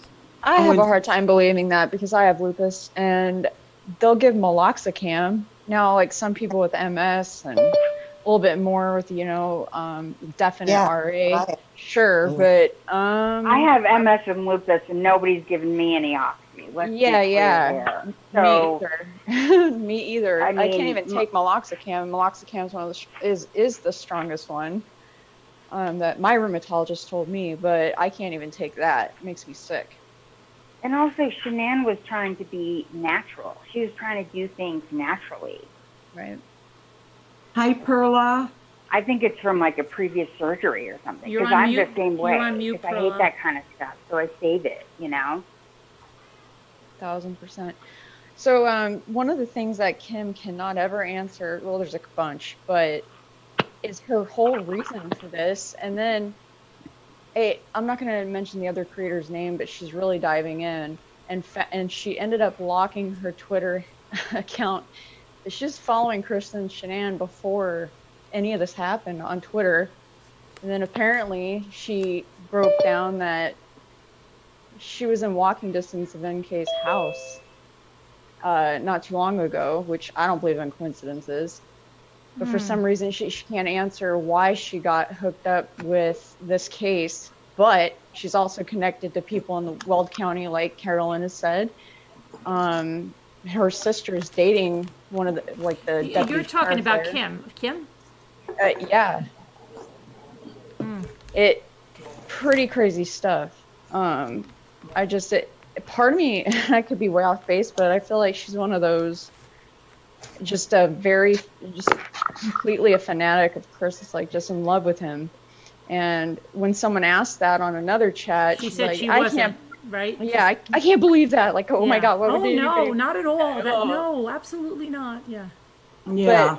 But but what's her reason? Right. I know. Right. And she did say that she doesn't have to share her credentials because she's got plenty of professionals on her side. Mm-hmm. Okay. I don't see the problem though. Like, Yeah. what's the No. If issue? she had credentials, she would be sharing them. She Right. would be if she Yeah, was. she would. Yeah. She's beautiful, right? How do we know that's even her dreaming? Because they've only shown a picture. We've never seen the person. It's just And a it still photo. wasn't it one of those filtered? Yes, and it's heavily filtered, Yeah. and yeah, so Just one photo. just No, I've seen several on another creator that keeps breaking things down. yeah. So Well, I've seen photos, but they're all heavily they're all filtered. filtered. Yeah. Why would you And they brag could on steal them from people. Say that again. inappropriate? And they can steal them from people. Multiple photos. They do that. Hey, Perla. Hey, can you hear me? Yes. How are you?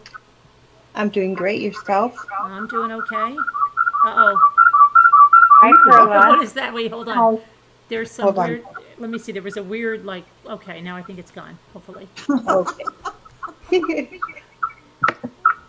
Perla, do you have any your YouTube on or anything on that would be causing interference? Let me double check that. All right. And I'm just going to get rid of this other you. Maybe that's doing something too. I'm just on going here. to So there's two It's what? I don't know. Yeah, What there's Two two. now has two lines open. yeah, I on- got rid of one, so hope maybe that'll help. I don't know. That Try better? it again, Pearl. Let's see. Yeah, let's see. Maybe that was. Cupcake, please, would you stop being so demanding? I think we got you now, Perla. So what are your Okay. thoughts?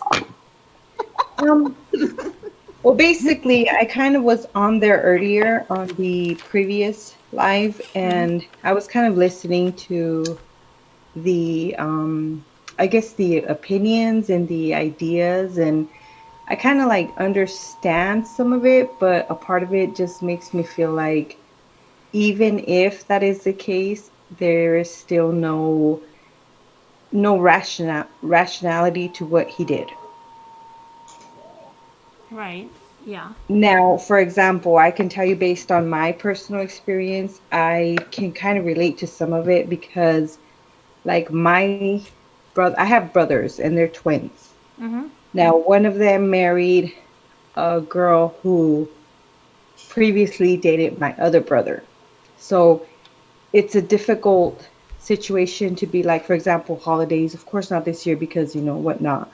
But I also have another brother who has a daughter from a previous relationship, and his new girl, she's a very difficult person to get along with. Now, when I say this, I don't say it because, I'm not a spiteful person. I try to be as, lenient and calm and loving as I possibly can, but she pushed, I guess it's at the end of the day, it's my brother's decision, right? Mm-hmm. How he handles the situation or not. But we lived 2 blocks behind her, and she would not let us see the kids. And so I kind of understand it on maybe a family perspective as to how maybe like a sister-in-law could be very difficult. Mm-hmm. However, I do not condone what he did whatsoever. Well, I think a lot of us probably have at least who have brothers. I mean, I have 3 brothers, and I have a sister-in-law that's not great. But what are you going to do? I mean, you don't like. There's an expression in Italian, and it roughly translates to between a husband and wife, you don't put your fingers. And it means that don't go in there and start telling them because, first of all, even if they get in a fight and you say, to your brother, let's say, oh my gosh, your wife is such a jerk, and he might agree with you at the end, but then they get back together and patch everything up, and he's either not going to be able to look you in the eyes or he's going to be really pissed at you for calling his wife that stuff. So, I never ever talk. Like I always tell them both. Like they've come to me and they've said things like, "Oh, your brother has done this to me," or "Hey, blah blah blah." And then perfect example is this: my brother came to me because she was having a difficult time with him because apparently she found photos of other women in his phone. And so she comes to me and she says, "Listen, this is what I found." And then he goes, "Yeah, but what about you? You were, you know, chatting with somebody, sending them selfies at 11 o'clock at night." And I kind of look at both of them and I go, "Listen, it is not okay. I don't take sides. What you're doing to my brother," because they came to me, and I said to my brother, "What you're doing is wrong. And nobody sends selfies to anyone at 11 o'clock at night without having, to me, a different intent because I'm also a married woman." So I told her like this: I'm not going to I don't, she said kind of like, "Oh, well, maybe he's going to go and cheat on me." And I said, "Look, there isn't a line of women lined up for my brother, as there isn't a line of of men lined up for you. You guys need to really realize where you're at and how you guys are going about with it. I'm here to support your relationship. I'm here if you guys need help with anything, maybe watch the kids while you guys go out, reconnect or whatnot. However, it is a very difficult situation. Most recently, we haven't been talking to my brother. We talk to him about once a year. We see him once a year. And she said to me like this. She said, "Look, I told her right now we don't really want to have a relationship with him because he's being very difficult." And she said, "Okay, well, I need to know where you guys stand with him." And I said, "Well, right now we're just going to let things be and let's just let things calm down and we will reconnect and everybody will configure whatever is going on." We were having a lot of issues. So she said, "Okay, well, if you're not going to talk to him, that you're not going to talk to his family and you're not going to see the kids." And so at that point, I'm kind of like, "Look, I'm not going to get in confrontation with you. I'm not going to get into an issue with her." So I directly called my brother and I said, "Look, if it's okay, maybe we can see the kids without having her in the middle." You know what I mean? But I talked to my brother and he said, "Look, if you want to see the kids, come and pick them up. And I will talk to her and we will just leave it at that." So I don't have a relationship with her. She's a very difficult person to deal with. Okay. But I cannot understand how somebody could do something like that. If, for example, if my brother did something like that, I could not understand it. Right. I 'Cause, could yeah, not respect absolutely. him. And I can't understand why they make it seem like, even if that was the case, Right. even if he did do that, and even if she flipped out because Even her if she was personality bossy, was, even if she screamed at him 24/7, okay? It's not all right to kill her. Right. it It's is not all not. right to have that type of reaction. There's other roads, okay? You have to separate, you have to get a divorce, even if it was as bad as that. That's not a defense like, "Oh, she was And screaming at me." it's almost like if he was so afraid of her, why would he have the nerve to go and like cheat on her? You know what I mean? It doesn't make Right, right. sense. And do that credit card, or even try to go Yes. and attack her and do what he did to her if he was so afraid of her. So it's just, yeah, it's all lies. It's all coming Some after the fact. Oh, and that's what Ronnie said. Okay, that's the other thing I forgot to say. They had him write that letter because they were so afraid, because they said, he said he was going to separate, he was going to get in a 2-bedroom apartment with bunk beds. But then they said, "Well, what did you think when she was missing?" And he said, "I thought she just took those kids and she's never done that in the history of their marriage, taken the kids and pretended to be gone." Okay. But Ronnie and Cindy and the other thing made that sound like that's something she had done in the past. Yeah. She had not done that in the past ever. And here's the other thing. If they truly thought Shanann was so dangerous, right? And she was going to hurt the children, wouldn't they have been flipped out that she disappeared with the kids? They should Wouldn't have they been. have been saying, "Oh my gosh, she's going to kill them," right? How come they weren't right. flipped out? How come they just said, "She's just doing this to punish you, she'll be back"? She said she thought she just ran off. Right. What about that letter? Because she was so dangerous, remember?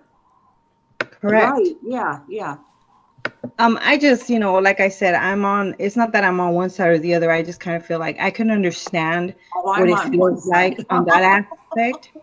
However, excusing his behavior or now saying, "Oh, well, like based on today's live, they're saying things like, oh, men, this and that. Yes, there are women that will belittle men. They will humiliate men. They will make them feel like crap. I have been guilty of it myself. Sometimes I have not been the kindest to my husband. However, I am going to say, look, I am sorry. I'll tell him I'm sorry. I didn't need to say that, whatnot. But you have to be responsible for your own actions. Of course. And he needs to be responsible, and he needs to take responsibility for what he did and stop playing around, because this is not a game. May I say, stop it already. I think that she had to tell him what to do and when to do it. He sold a motorcycle that was not even paid off to a guy. Oh, yeah. Wow. And then, And I don't think he's ever manned up in his life. And right. the thing is, if he was so afraid of her, what about all those texts that when she was kind of like, okay, then we'll get a divorce, and he's like, oh, I love you, like trying to get her back to Colorado just so he could kill her. That's like total deception. He trapped her in that because he knew how much she loved him. Right. So if he was so afraid, why would he be like professing his love and all that BS? Like it's like a 180 from the way he treated her when they were in North Carolina. Yeah, and he was poisoning her. I mean, that's diabolical. He's psychopath? Yeah. Yeah, because he had it all planned, right? Why, if he really wanted to leave her and he was afraid of her, he could have told her parents, look, I can't do this anymore. I'm scared to tell her. He could have told her when they were there, and that would have been it. And she was already there or whatever, and they would have helped her and they would have come up with a plan. No, he knew what he wanted to do. He knew she would make it. And then he sent her that picture with the doll and the sheet over. He was terrorizing her. Mm-hmm. Yeah, and Kim will say that didn't come from him. I mean, look at that picture, that selfie picture of her. I think he got a big thrill out of that too, myself. Yes, he did. You know something else Kim says? What? First confession. Okay, well, my hands up, teacher. What about all the stuff he said in Wisconsin? How long were they there? 4 hours? Not once did they put anything in his mind. They were there to figure out why he did what he did. It's a conundrum. And he's the one that said he did what he did. Right. How come she can't? What? But did you hear what she says about that? She says they snuck in with plain clothes. They surprised him that he didn't talk to them willingly, and it's such a lie. He did so. I think he even came back again. He had the option to come back again or not. And they brought him a Powerade and he came back. And she says, no, that wasn't willingly. He did not talk to them willingly. Yeah, right. Yeah. Well, and this is supposedly after he found God, and he's just lying out his, Right, yep. saying such cruel things like, oh, I had to kill them again. Mm-hmm, yep. Knowing it would just kill the Ruseks. Doesn't everybody find God in prison? Like, isn't that like a Yes, they do. 100% thing? I mean, if you feel like you needed that, it's because you either one or the other. You have completely caved and you're genuine about it, or you are at a point where you are trying to find an excuse for your behavior. Period. Yeah. But that still doesn't explain, let's just say they all rolled up there, street clothes and all, Gatorade in hand or Powerade. What does that matter? He even seemed relieved. I don't know if all of that is true of what he said, but it was pretty graphic. Mm-hmm. And they never once said, oh yeah, so Chris, tell us why you killed your kids. He cleared Shanann's name. He said all that stuff. He even went to great detail. He met them in street clothes. I'm sorry.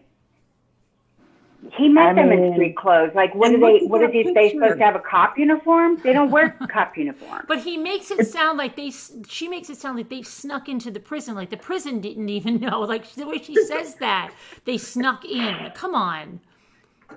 It's almost like a notoriety. Like, for example, like when Ted Bundy, he tried to get out, but then he's like, oh, and then he comes and talks about how he did everything that he did, and it's more for the attention aspect. And he kind of just wants the attention. Like, that's all it is. Right. He has no more attention from Shanann. He has no attention from, Nick NK. So at the end of the day, it's like he's got to get it somewhere. Yeah, I think he enjoyed talking Right. with them. I really do. He Oh, sounded like he was having a great sounded like he time. did.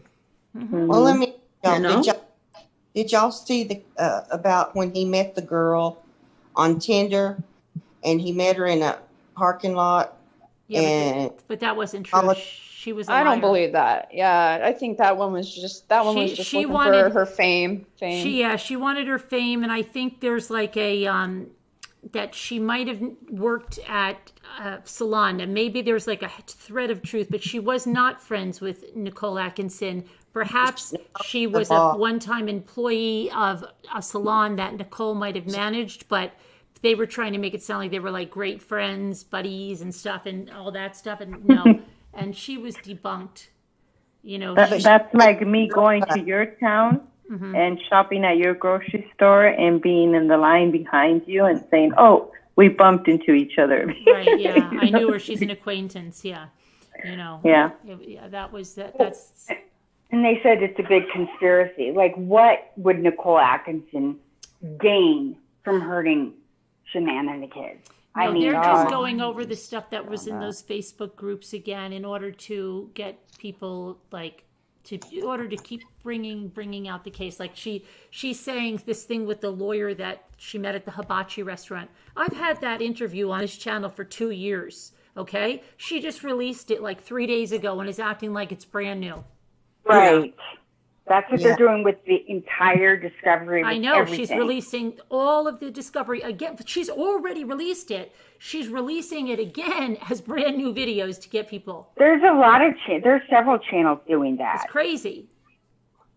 But they're getting the views. Well, if I may say there's so many one people thing. that just became interested in it recently, found out about it. They didn't know about it.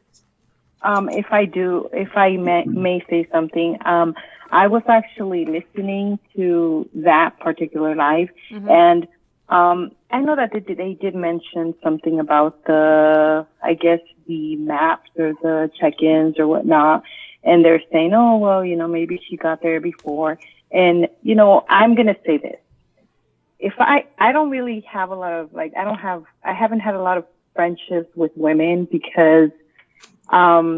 Women, we kind of enable each other sometimes. So let's just say, her and her girlfriends are talking about something and the girlfriends are like, yeah, you got to catch him and you got to get him. And I mean, that's just what friends do. So let's just say, hypothetically, she went ahead and she got an earlier flight based on what they're saying. And she ended up, meeting up with her later to swap, luggage, because if it's different flights, you have to get your luggage. So let's just say that that's the case, and she found out. Let's say she confronted him. Let's say that she did do what he says that she did, which, I mean, that's kind of like, she'd have to be like completely manic and insane, and she had to have shown some kind of previous behavior to that, which I don't see. Let's just say what they're saying is the truth. Why would he, number one, feed off of what that detective gave him, because he used that as a hook? Why would he still, beyond that, go forth and do that and talk to these detectives when they visit him after? Why would he then talk to the author of the book, which, whatnot, whatever, and do all that? But now, when he talks to somebody who's like going to get him or try to get him out of whatever situation he's in, now he wants to flip the whole story. Is like, don't people see that he's just manipulative and that he's trying to use whatever advantage he can? I mean, we That's what I see. We see Oh, that. I agree with you there. I agree. Yeah, but there's other people that really, sick as it sounds, are a champion for him and think he's a great guy, and it's almost like they're in love with him. Really, if you see some of these Facebook groups, they're talking about his looks and they think he's hot, and if he was their husband, this wouldn't have happened, and they would have been a better wife. I mean, they're living in a fantasy, and this guy's a psychopath. And he's playing with them. He's playing with everybody. And I think some people hate women like Shanann, and then I think there's some people that they just don't want to see it, and if you don't want to see something, you're not going to see it. You really Agreed. aren't. You're going to Right. see what you want, you know? Yeah. Right. Okay, well, so let's bring up Carla? Cece's, like the autopsy that Kim keeps bringing up. All Mm-hmm. right, well, I don't know exactly. I know, Carolyn, that you have poured over the Discovery. You read through it from the very beginning. That's when I started watching you. You read it aloud. That takes a lot of time. Mm-hmm. Now, you may know this, how much oil was in the tank. So it's a 20-foot tank, right? If she's dropped from that high up, and let's say there's, I don't know, 3 inches or 3 feet in the tank, couldn't that impact cause a collapsed lung? A lot of things could cause a collapsed lung. I don't know why they're focusing on that and saying, you know, to make it like the stuff they're focusing on and like trying to make it sound like, well, that means Shanann did something. Right. Doesn't make any sense. You know, just Well, it like doesn't. the way they're saying, well, how would Chris, you know, how would he describe those 6 minutes that way? And all of the evidence would match that. It's like, what? You know, I don't even know like where she's going with some of these theories. I think she just thinks if she says something, people aren't going to question it because she sounds like she knows what she's talking about. But they're asking for like paternity tests. That's in the Discovery that the DNA matches Chris is the father, but they don't see that. Oh, and even if Shanann killed the kids, why would he put them in oil tanks? Well, according to her, it's because he was freaked out and he didn't know what to do, and people were coming, and he was just so freaked out he didn't know what to do. Yeah, so freaked out. He was so calm. I He know. was so calm. His coworkers didn't even know anything. And why did he put them in separate tanks? But maybe it would, I don't know, maybe it would have set something off. Maybe it would have caused the level or something. Right. Yeah, I think. Yeah. I don't know, but he's hurt a lot of people because the people that rescued those kids will never be this. No, they'll never be. That's horrendous. And then he's like, oh, I'm so sorry for that. I'm so sorry they had to see that. He's not. And that's when Tammy said, I had to see it. You know, we were there. We saw it. They should have made him see it. They should He have. acted like he didn't want to. Right. But That's do you why he think didn't it go would to have trial. bothered Yeah. him? Would it have bothered him? Who He knows? would have faked. He would have faked a tear. He would have looked up Google. How do you react when you see your I think children? he would have been Yeah. more upset. I think he's probably more upset if he saw it and if it was like horrific that he made others see that and they would see him as a really bad person. He would Yeah. probably shed a Yeah. tear over that, about how they see him because of that. Exactly. Yeah. What a cold BS. She just goes in circles though. That's why I brought up the whole autopsy thing, because that's her thing. She keeps saying, "Oh, I'd love to see somebody do the reenactment." Yeah, there's another channel that has a forensic guy on there that would love to talk to her, and she says, if you come at me like I would love to talk to somebody, it has to be an expert, but she never will go on with those specific channels ever. Yeah, because she doesn't have answers, you know, for her stuff. And she's fine. Like there's all kinds of possibilities. Yeah, okay, well, like the sky's blue, whatever. Martians can come out. Like, what's your point? The biggest thing though is that with her being on her left side, and everybody's, or not everyone, but a lot of people are all freaking out over her having a bra on when she sleeps. It's like, so do I. I'm not So pregnant, what? but so do I. Yeah, Big so- deal.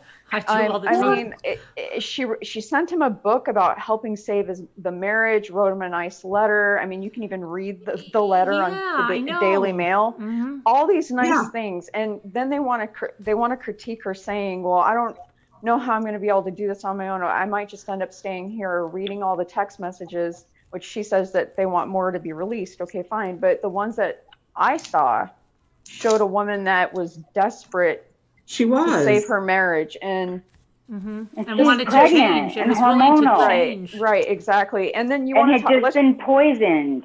well, let's just talk about even like her bringing up the BAC. All right. Well, I was on and I talked a little bit about that before. Whatever.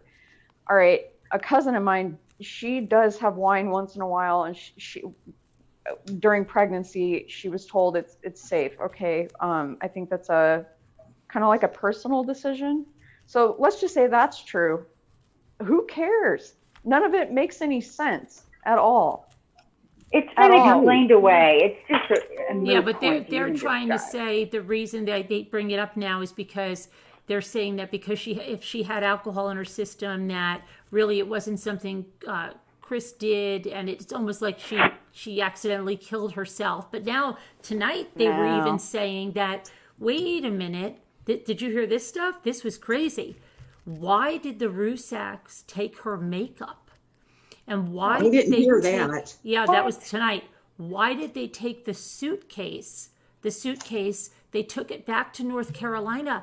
They wanted to compare the luggage tags, these people, to see if it was true. And they go, how come they took the makeup?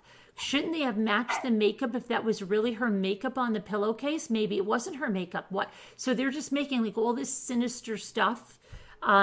And it's so, and they're saying, well, maybe it was a murder suicide, maybe she killed the kids and she killed herself.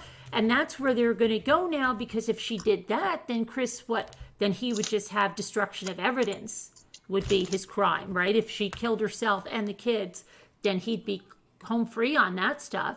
Yeah. Yeah. Only they do have the sheet with her face print on it, because we've seen that. Yeah. Okay, and they have her body as well. So, sorry about the murder suicide. I mean, I have heard that. Oh, well, she was given she took a bunch of oxy and died over the toilet after she killed her kids. It still doesn't. Let's just say all that's true, which it is completely just outrageous. Homeboy goes and takes his whole family and puts two of them in oil batteries, which is the most despicable thing on the planet. But let's just, let's not think about that. Chris didn't do it. He's innocent. Like, lie he was about wrong. it. Lie about 35C. it for a couple of days, right? Lie completely about it. And then to even dissect NA's Facebook stuff from Phoenix of Goodyear. Okay, well, sometimes you do check in different places. I hate to break it to you. I mean, there's other people at that conference that saw them there. You cannot, or even just going on to say that the Nate was involved somehow. Oh yeah, because did you hear when they said that ponytail coming out could be Nate's ponytail that day? Did you hear that? No. Isn't that crazy? Yeah. What? Yep. They said that tonight. Yep. I don't know. This Craziness. is something extreme. I kind of want to maybe share something pretty. Basically, I know that he said that she didn't.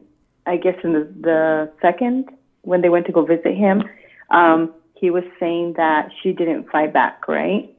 Right. So you kind of have to understand in a certain perspective. I myself have been through very difficult things with my husband.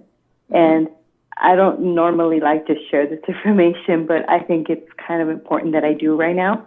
My husband had, I guess, a one-time incident with a coworker.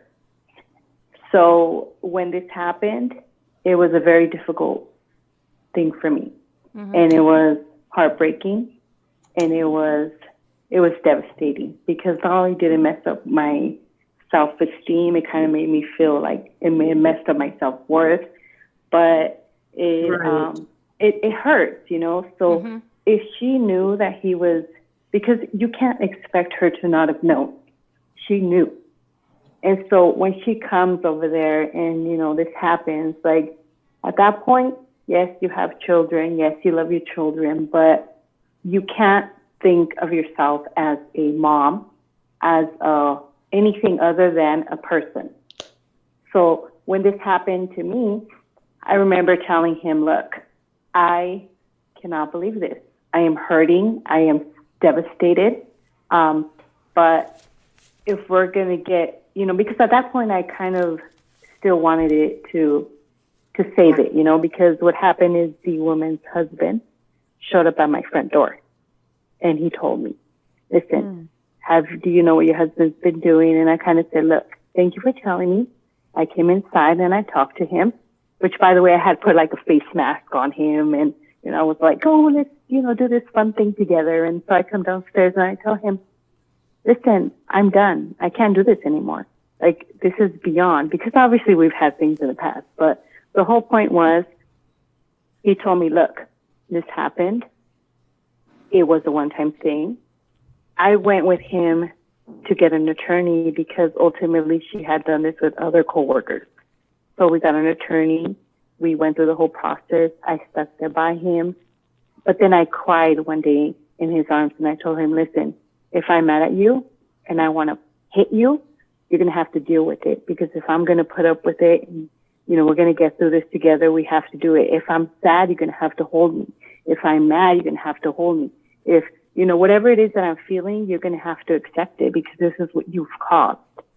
So we got through it. You know, it's been 2 years since this happened. So we're doing great right now. We're doing good, but it's a very painful thing to go through. Mm-hmm. So if she didn't fight, it's not because let's say that, you know, she was that hurt. She doesn't care at that point. Why is she going to fight? According to what he's saying, he ruined her at that point. She didn't care anymore. Because I know what that feels like. I know what that feels like. And for that, and that aspect, I can sympathize with her and the pain and the frustration of her wanting to know the answers, you know? And at that point, she was no longer a mother. She was no longer a daughter. She was no longer anything. All she wanted to do was resolve her marriage. And he took advantage of that, you know? Yeah, I agree. Yeah. I mean, he definitely did, but I don't even believe like half the stuff, you know, I don't think there was any conversation that morning. You know, all that stuff that he said, because he said he was bawling, and we know Chris is not bawling. Mm-mm. Chris doesn't bawl over his children, you know, with it being killed, murdered, you know, whatever. He doesn't bawl over that. He's bawling over, you know, I was bawling. I think that's just because that's what he should say, because he probably looked up, you know, what does it feel like when you have an emotional conversation with someone about separation? And he probably read, you know, people were bawling. And so, yeah, he was bawling. There's very little, you know, you believe from him, but in the interrogation, he tells you, when he says what he didn't do, I promise, I didn't take them out.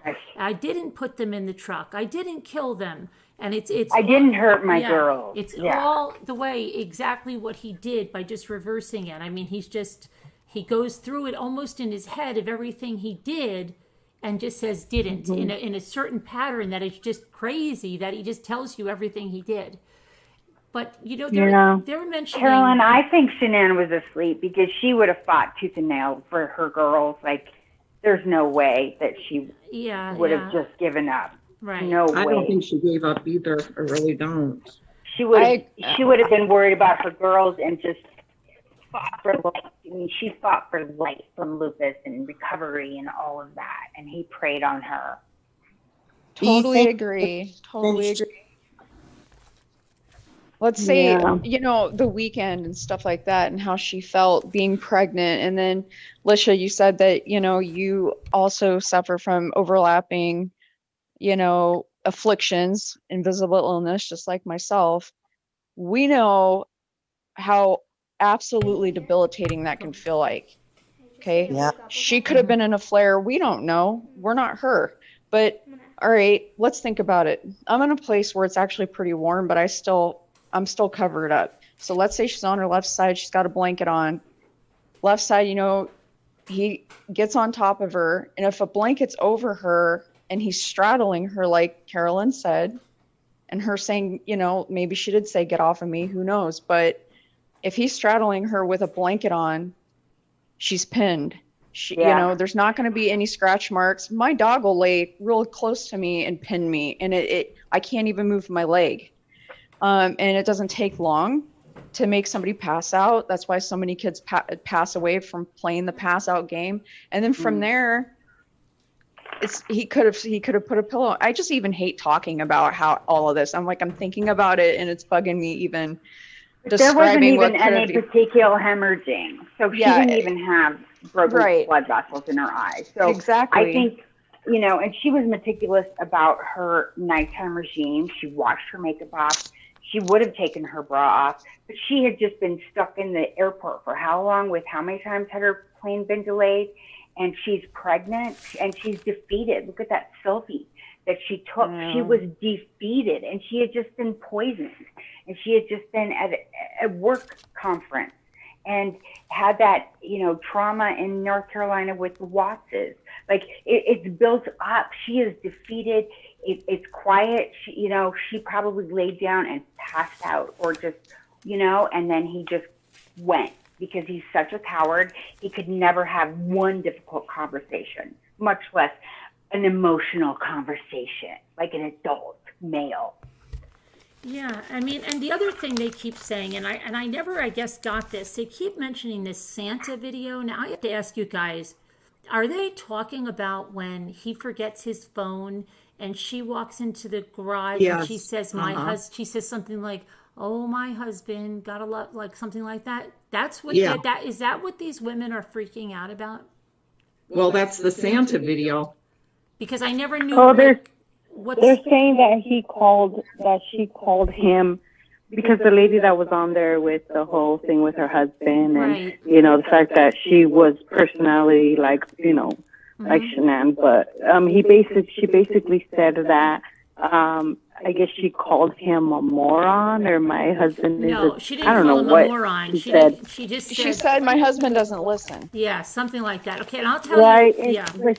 Yeah. But something like that. And None of us have ever said that about our husbands. Now, let me tell you We- something. I know, right? No, let me Chris tell was you. probably the king of like not doing it right, so he wouldn't have to do it.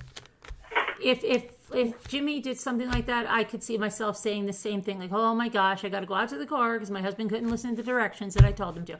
Okay, Right, and then right. they're going to say, "What? Oh my gosh, that." But see, these women, I just have to say it. These particular creators, and they used to be together in a podcast, and they did this in a podcast, and I've covered this. They sit there like they are Susie Homemaker when they have the most filthy mouths you've ever heard. When they don't you, I guarantee you, they curse their husbands out. Yet Oh, they yeah. come on and they go, "Oh, did you hear what she said? Yeah. I can't believe what she said. Oh my Yeah. gosh, how? No wonder." And they act like they're Susie Homemaker, and it's such a fake thing, and it's only for just to act like that, okay? Because you don't just turn that on and off. They are, just have done like crazy things. I've heard them on rants. And so, yeah, that's a really bad thing. Yeah, okay. I don't see anything wrong with that, because I would do the exact same thing. I'm telling you. Right, I would right. say, I would, and I think Shanann, she tempered herself. Like when the one with the suicide, she kept saying she cursed her husband out. She kept saying, "You got to effing get up at the bed," right? Shanann never did that. In fact, when he was being what he was to her in North Carolina, she was still sending him back texts that were pretty nice. They were just saying, like, "What's going on? We need to talk." I'll tell you, if that was me, that wouldn't be happening. Okay? Because Yeah. I would have gone on and like read him I would not have handled him with kid Yeah, gloves, yeah. which I think she did. So I think she was just really good in that situation. And then when she came back and he was still like, he was late for the ultrasound, I would have been nuts. What the heck are you late for the ultrasound? Yeah, I told you, I would have been like a nutcase on that. And they went to the ultrasound, they came back, and then he still, was acting crazy, and she's texting with Nicole, and she still wants to have stuff going on with him in the bedroom, and he's not doing it. And she's still being nice. Yeah. Like I would She just wanted be to like, save "What her is it, buddy? marriage. What you late for the ultrasound? What do you?" I would be like a lunatic. So don't tell me, she didn't know how to treat. It's just I think she treated him very good for what he was doing to her. Well, I she do had a too. very strong personality, and at the end of the day, it's like, if you can't handle it, then walk away. Because, like I told my husband when I barely met him, I told him, "Look, listen to me. I'm going to tell you straight out who I am. I told him, I can be a loudmouth. I can be a total B. However, I am going to love you, and I'm going to give you my all. So don't come to me and tell me, 'Oh, you're such a jerk,' or I told you this from the beginning. So, like, don't act surprised now. And if you can't handle it, like I tell him like this, I love you. and I want you to be the happiest person you can possibly be because we only have one life to live. I tell him, and if at some point in your life you are no longer happy with me, I am ready to let you go as long as you can live your life fully. So like as humans, we have to respect each other. So like at what point did he think that he could have one thing, you know, on the side and then still have the happy family, but then expect for her to treat him the way he was being treated elsewhere? Like if that's what you wanted, you should have just gone elsewhere. Like leave her alone, let her be. She's a strong woman. She would have, you know, made it without you. So like at this point, it's like walk away. Mm-hmm. And he just couldn't do it. He just wants too much, you know, entitled, and that's unfortunately the upbringing that he received, you know. It's at the end of the day, it's like as parents, we are responsible for our children, but when they become adults, we can only kind of guide them in the right direction. I have a daughter. She's 19 years old. She lives with me, but we have like a little, you know, like a guest house. Mm-hmm. And so she lives back there, and, you know, we still help her with groceries, but I tell her, listen, you're 19 right now with this whole COVID thing. I understand that, you know, you're afraid to get a job or whatnot, but get back into school. Right now it's the opportunity for you to enroll online. If not, you know, you're going to have to do something because you cannot stay there. You have to be independent. You have to be able to, you know, even if you just buy your own groceries, you know, but you support your children, but I also can't be responsible for everything that she does as an adult. I can guide her, but I can't, you know what I mean? Like with his parents, it's almost like they're, not that they're condoning his behavior, they're rather excusing it. And they're trying to find somebody to blame except themselves. Mm-hmm. And that's unfortunate because that's what they kind of created that, and they didn't guide him in the right direction. Because they should have told him, listen, we don't come first. I tell my daughter, she has she has a boyfriend. So I tell her, listen to your boyfriend, like respect him, be nice to him, you know, because at the end of the day, your life is with him. And that's what his parents should have done. Like respect, like I tell my brother all the time, we don't have to put up with her because she's not our problem, but you be happy in your family. And as long as you're happy in your family, I'm happy. Right. And if I could see the kids, great. And if I could only see them once a year, that's great too. I'll just make the best of that time that I spend with them. Mm-hmm. But we have to respect every person's life. And I don't think that they gave her, even if she wasn't the best person, who cares? That's his wife. That's who he chose to be with. And you should have done the best you could. If you couldn't be around her, then you had to respect his relationship without giving him any, like, you know, make him feel bad or, you know what I mean? Like, it's like, not only was he a pushover, but he was not, a lot of people say he's pretty smart, but I just don't see it. Right. Yeah. I don't see it either. But yeah, you know, what was the other thing I was going to say? Oh, they act like they're so opposed to a woman, you know, getting upset. When Cindy Watts herself screamed at Sandra Rusak when she was watching the kids, and Sandra said, "Can I see the kids?" And she said, "Why would I come here?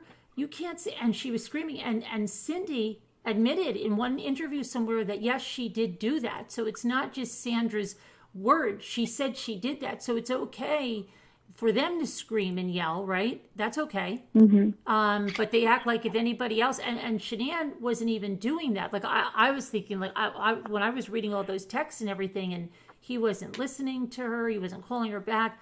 I didn't know how she kept her cool like that, because that wouldn't have been me. You know, like I would have been like, "What the freak is wrong with you?" Yeah. Family, family you is very difficult. You too, Scooter? Very. Oh, yeah, Yeah. definitely. Yeah, I wouldn't be like, "Oh, Yes. we'll talk about it tomorrow, okay," and then talk to my friend. I would have been like, "What the freak is wrong?" Okay. Yeah, exactly. You know, I'm not that but why person. I'm a deep thinker. I want to know why somebody, you know, does certain things. But, you know, to your point, Perla, is it? That I think, you know, even you mentioned it, Carolyn, you know, I don't think it's a good idea to talk about your personal business with your family. Now, I had a situation years and years and years ago well over a decade ago where I was engaged, married now to somebody else. Thank God. I didn't stand a chance with that family. His mom called us 7 times a day. Ugh. And she was so, nobody was good enough for her son. It was insane. Like they were creating lies that were not true. If I was working and did not go to his softball games, it's like, look, you don't play for the Colorado Rockies, all right? Like you're working, you're part of, like, I forget what they called themselves. They played at Clement Park. But the point is that, I mean, from the very get-go, she didn't stand a chance with Chris Watts' family. Nobody was good enough for her son at all. You can just tell by the way she explains when she was joking around about her age. They got all bent out of shape that it was a joke about the age. Are you kidding me right now? I know, that was so crazy. They couldn't take a joke. They didn't, oh my gosh, yeah. Right.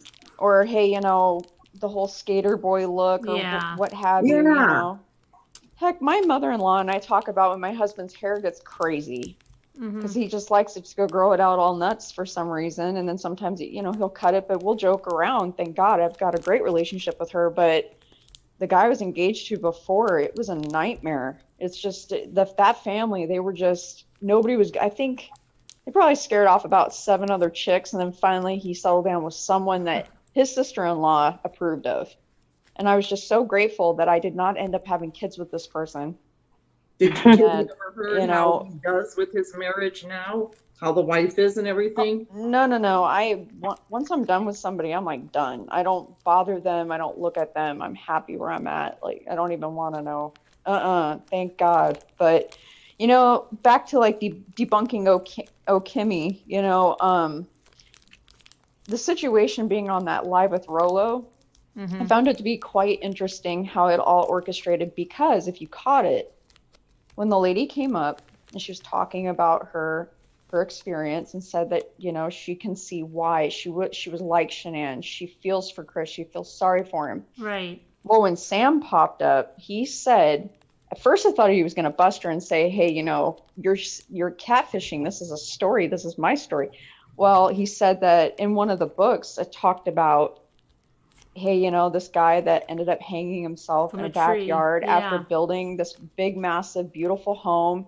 The woman ended up, like, at the dream home to retire, and the woman ended up selling it off and buying this way expensive car. And now her kids are like executives to this big, business corporation that this other dude, whoever else she's with now. And so that's going on. And then this, Rolo ends up popping on and starts to explain his different theories. Okay. And, first of all, I don't know if he was talking about the plate theory. There's 1, 2, 3, 4, 5, 6, 7, or if he was talking about the red pill exactly, or just the rational male in general.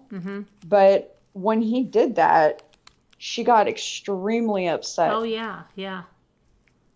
Yep. To the point where she kind of forgot what she had said before, right?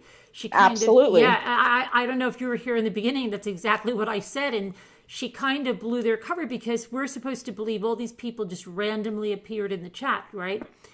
But the 2 of them blew it, because the guy at the end, in the beginning, he said, "I'm sorry, I couldn't get here earlier, but I was just tied up doing something." But we were supposed to believe he just randomly appeared. And then when he had to go, she said, "Oh, I had some questions for you." He said, "Well, just go and get what was his name? Sam, to give you the contact information." And then Sam, who supposedly randomly appeared, was dropping links in the chat without even asking, right? He was just dropping those links in. And that's what made it seem that, yes, this was a promotion, because that guy talked about his book. He wasn't talking so much about Chris Watts. He just started going off on his book and what his... Well, yeah, he because he does a lot of talks, right? Like, TED Talks and stuff like that. Not necessarily doing that, but the Rolo himself, he has a pretty large channel and whatnot. But the guy Sam, he does the narrations of the books, and you know, he was talking quite a bit. But again, I found it very interesting that they kept talking about, well, I'm going to share things on Twitter. And I don't know if you know who Ralph Deegan is, but it's crazy that you brought that up, because he had posted about men and women making different moral judgments, even in the version of the infamous Sophie's case. Okay, and like how that stuff is going on, and how, you know, got one side fighting against the other.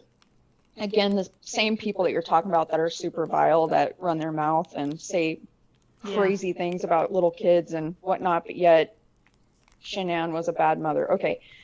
I know. But this guy popping up, this Rolo character, first of all, no offense to Scientology people, I mean, that's great and all, but he just reminds me of one of those dudes. He just does. Oh, he reminds me of Keith Raniere. Have you seen the Nexium thing?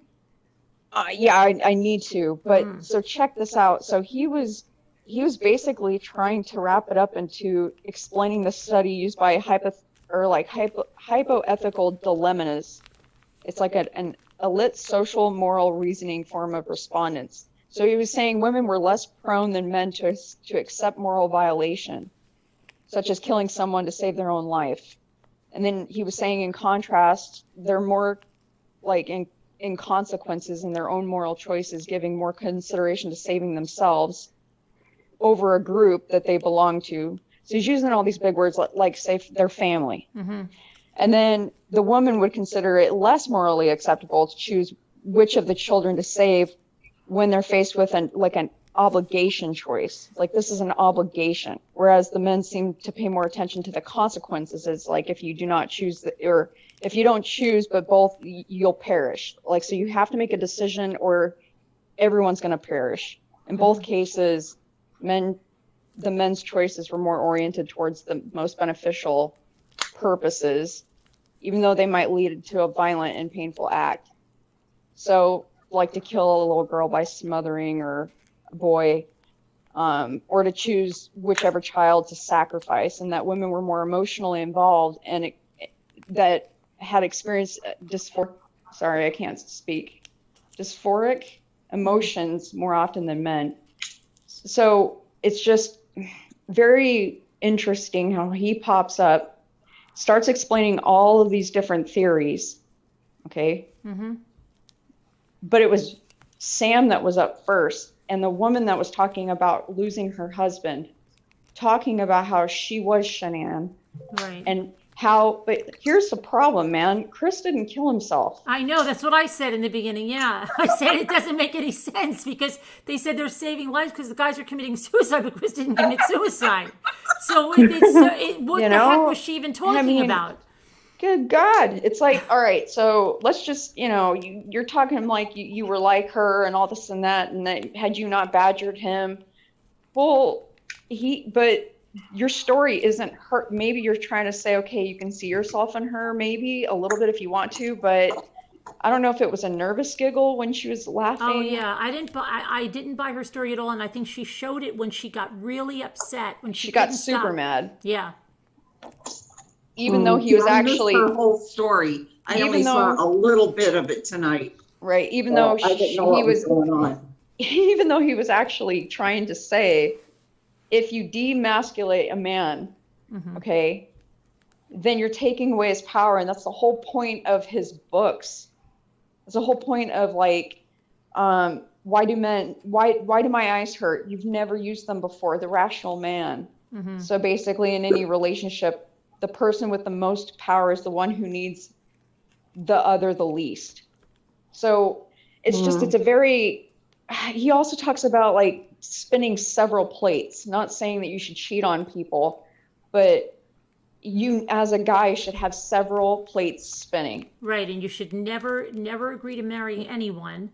And he said, never have exclusive dating or monogamy until you're at least 30 years old. And you should have it's okay to have as many sexual partners as you want, have as many dating relationships as you want. If a woman says she wants to wait for sex, just get rid of her. And but see, people in there were thinking that he was a very biblical man, because when they listened to it, all they're hearing is like head of household, biblical marriage, the woman is submissive, but they don't know all the other things he was saying because he wasn't giving that to them, you know? So they were going, oh, I agree with that. You know, like, oh, I was married in 1958. I agree with that. And yet they didn't know. And why did he bring up the 15-year-old girls? That was freaky. And he knew it was freaky because he mentioned it. And that's why he really reminds me of that Kurt Rainier. Yeah. You know, or even bringing up the fact of like being authentic, being your true self on makeup, and say a guy working out or what have you. Well, last time I checked, these days, I'll walk and see an 11-year-old and they look like they're 21 years old. And then he brought up Forever 21, that everybody wants to be 21, and that's a theory of that too.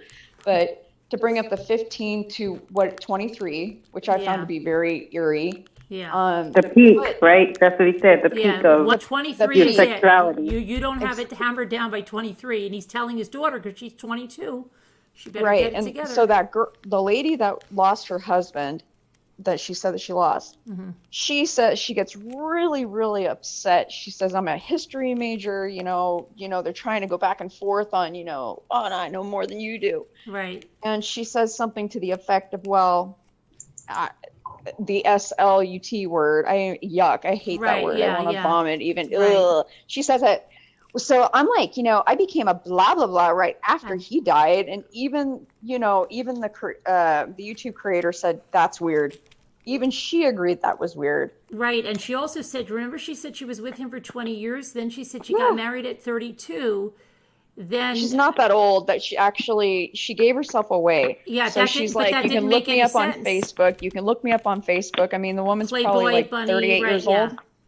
Or Playboy Something Mansion. Like that. Yeah. Yeah, like, oh my God, I used to be so hot. I was at the Playboy Mansion. Right. Okay, that's wonderful, but what does? I mean, I don't know. It's bizarre. You know? I didn't buy her story at all, and she kept the laughing, like, and her story didn't match up. It was inconsistent with the dates she was giving. She didn't know when her husband died. Then she said it was going to be 3 years. Then she said it was already 3 years. Yeah. The funny thing is that I tried to call in because I went on the thing and I kind of put, I wish I could call in, and somebody, moderator put, you can. And I said, okay, well, how? And so I went up my, computer and I kind of went into Zoom, and it said, I guess, just to wait because the host was going to, whatever. At the end of the day, I didn't get through, and then I tried a second time, and again, I didn't get in, and then the third time, and I didn't get in. So I was just like, why? Why can't I get in? So it's just like, at this point, I'm kind of like, not the same creator, but something happened to me like that. Yeah, I think like, can you just say at the end, hey, sorry we couldn't get you in, we're out of time, something, right. No, I think they had it, that was all planned, and because they went over it again at the end, and it's so amazing that you just ended up in here by chance, right? Because you were watching another video, and I just came up as, oh, that's crazy that you just came in here by chance. Yeah, okay. Yeah, I just couldn't get in. Who was the guy on panel besides that? What? Who was the man on panel? Well, the one man was the narrator of the books, and the other man was the author. And then they had Kim came on, and then they had the woman about the husband that supposedly hung himself in the backyard from a tree, which is really odd in and of itself. Because when most people hang themselves, they usually don't go on a tree and do it. Right? They usually do it somewhere inside the house, in the basement, in a closet. But isn't it amazing that these two stories, they both hung themselves on trees in the backyard? That's exactly what I was saying. Like, how crazy is it? What do you mean they talk about another one in there too? Yeah, the one in the book that this guy wrote. The guy hung himself on a tree in the backyard. And then when she said she took her mattress and she went out there in January in Colorado, right? How cold it would be. Not buying it. And that's my point. I thought he was gonna say, hey, this isn't a book, and just like nail her. That's what I thought. Yeah. And she was doing really, really well up until until he rolled up in there and was like, hey, and then she was mad. Oh yeah. And then she goes, hey, excuse me, aren't you going to introduce yourself to the creator? The host and the creator's just like, hey, I want to listen to this guy talk. I don't have any male perspective here. And she was mad. Yeah. Like, spit mad. Yeah, like I don't know. she forgot her narrative that she was supposed to come up with, and she just went like crazy the other way. Yeah. That was amazing. So this Rolo guy was her planned guest for the night? I'm sure they both were. I'm sure everyone that came in there was planned, and it was supposed to, like, it was completely spontaneous. Oh. Yeah, right. Yeah. The guy that narrates, and then you got all these people saying, oh, we downloaded everything. I mean, I'm going to give this guy a shout. You know, Sam, the dog was cute too. Shout out to Oliver. Yeah, and he said he was in a hotel room, nice. right? Isn't that weird that he's in a hotel room with his dog? And did you see the couch in the back? And he had like his clothes over, like, it was like. And he's like, here, let me hold up. Let me just try to text this guy. And that guy was boom up there so quickly that the chick that was telling the story didn't even know. She thought Sam turned on her and was like, hey, you know, this is what's going on, and talking about history and how the evolution of the change of like how males become or how we basically are supposed to be submissive. Mm-hmm. So he kept going on about sort of like the Bible, but yet wanted to talk about behavioral sciences, right? How the mind works and why this, and how come males are more predisposed to need to have I think he even brought up like there's certain words I just don't want to say on here, I guess, because they just gross me out. But I think you know what I'm trying to say because you were listening. But God, I just lost my train of thought. Oh, so it's get orchestrated like that. Then I pop over to his channel, and the dude has 60 some odd thousand YouTube followers, and I don't even know how many plugs. Then the Sam guy says, to Kim, I will pay whatever it takes. He says, whatever it takes to get these books to Chris, because it would help so many people in prison. Like, okay, maybe people outside of prison, you know, about because he's trying to prevent like, there's no suicide. Women in prison, so how's it gonna help? He's basically saying, I want to prevent suicide. There's so many men, and actually, Sam says it saved his life because he went through a major tragedy, which was actually quite fascinating to listen to. And I don't think the guy's lying at all. Like, I didn't get that from him. That he died 3 times, that one? Well, yeah, I mean, that can happen. Right. No, I'm not saying that. But he looked like, did you notice at times when he first came on, he was kind of calm when he was talking. For sure. And then he started getting really, really like heated up, like he couldn't get his breath. He was trying to talk so quickly, and I said, really? Boy, yeah. And then somebody said, you know, then he put the camera on, and he looked, you just saw the top of his head first, then he got his whole body in the view, and then somebody, and he like kept crawling around, like looking like he couldn't see the camera. It was so weird. And then he had a mohawk going for a long time, so thankfully he did put the camera on the dog. It helped. And then he said something. Somebody said, like, "Who's the drunk guy?" Because he looked like, because he kept looking like, he did, and they deleted that comment. And then he came back on, and he was just like, you know, he said something like, "Oh, I hope that he is into the Bible. Is he into the Bible? That's good, because I died 3 times, and I saw the other side, and I saw hell, and there is Jesus Christ, and he is real." And okay, yes, I believe his conviction's there, and I'm very glad to hear that. That's good. But, you know, he's so worried about Chris now and Chris's salvation. Why does he care? I think they were there to...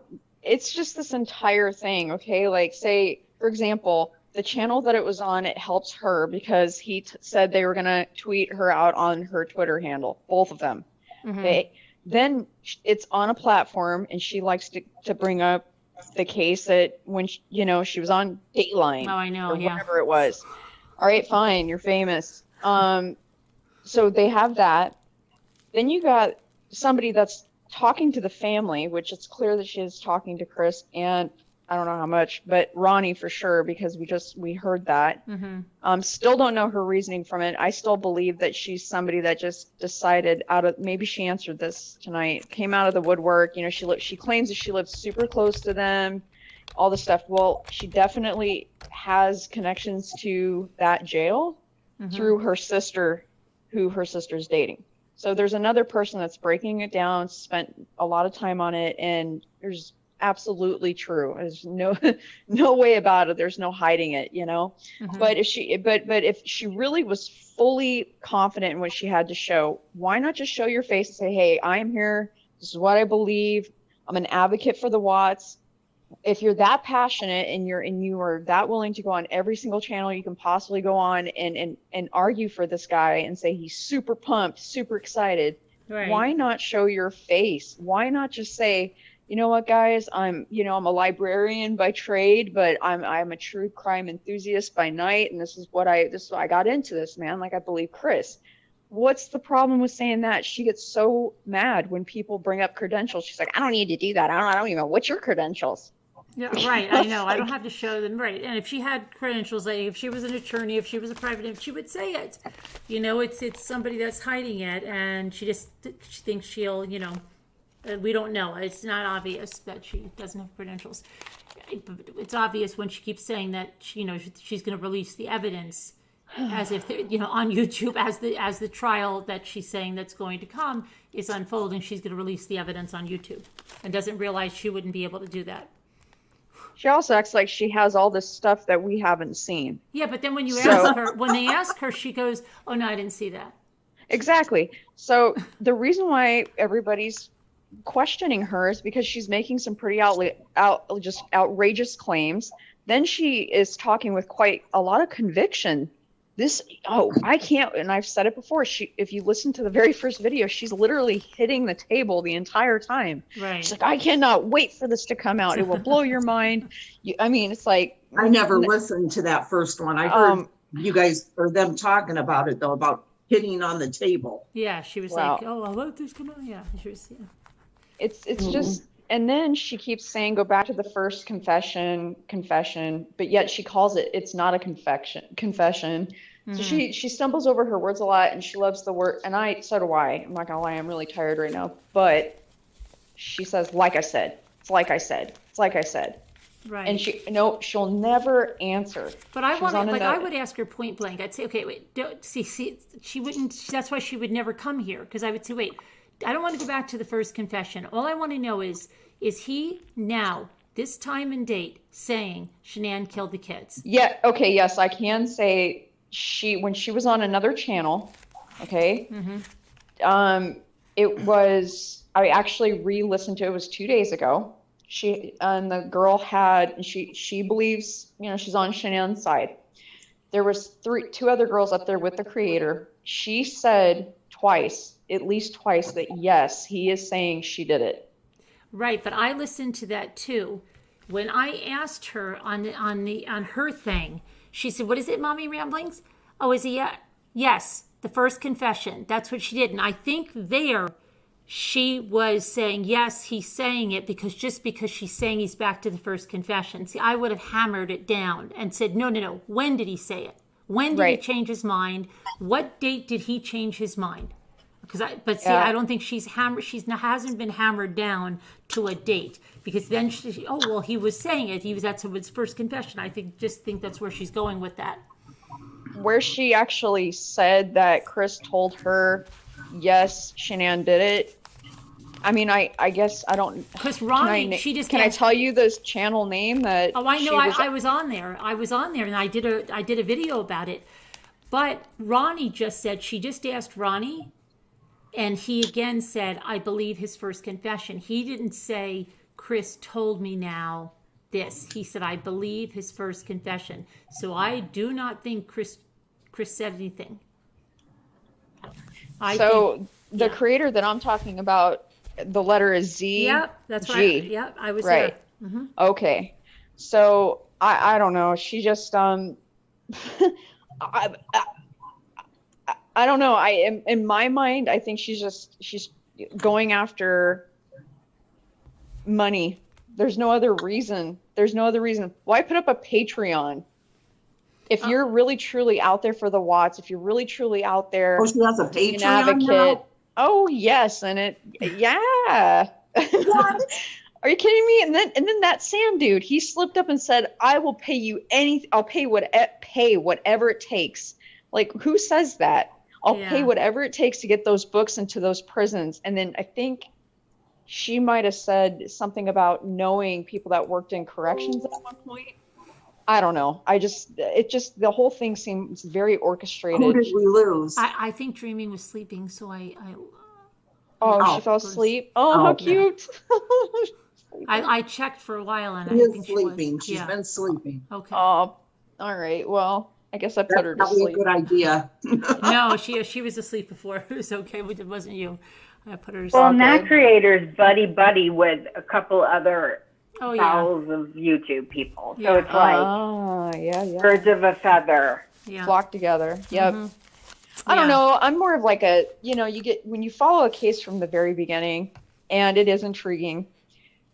And somebody like this just pops up out of nowhere, which it felt like it. Why wait 2 years if it's this big of a deal and you have this bombshell evidence?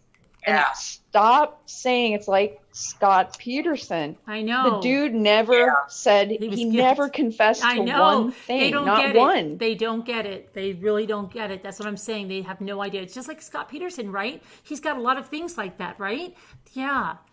She always says like, don't you? What does she say? Don't you agree? Or You'd have to agree, or you'd yeah, have to. they always say, yeah, you have agree to- with that, right? It Yeah. makes sense, right? Yeah. Okay.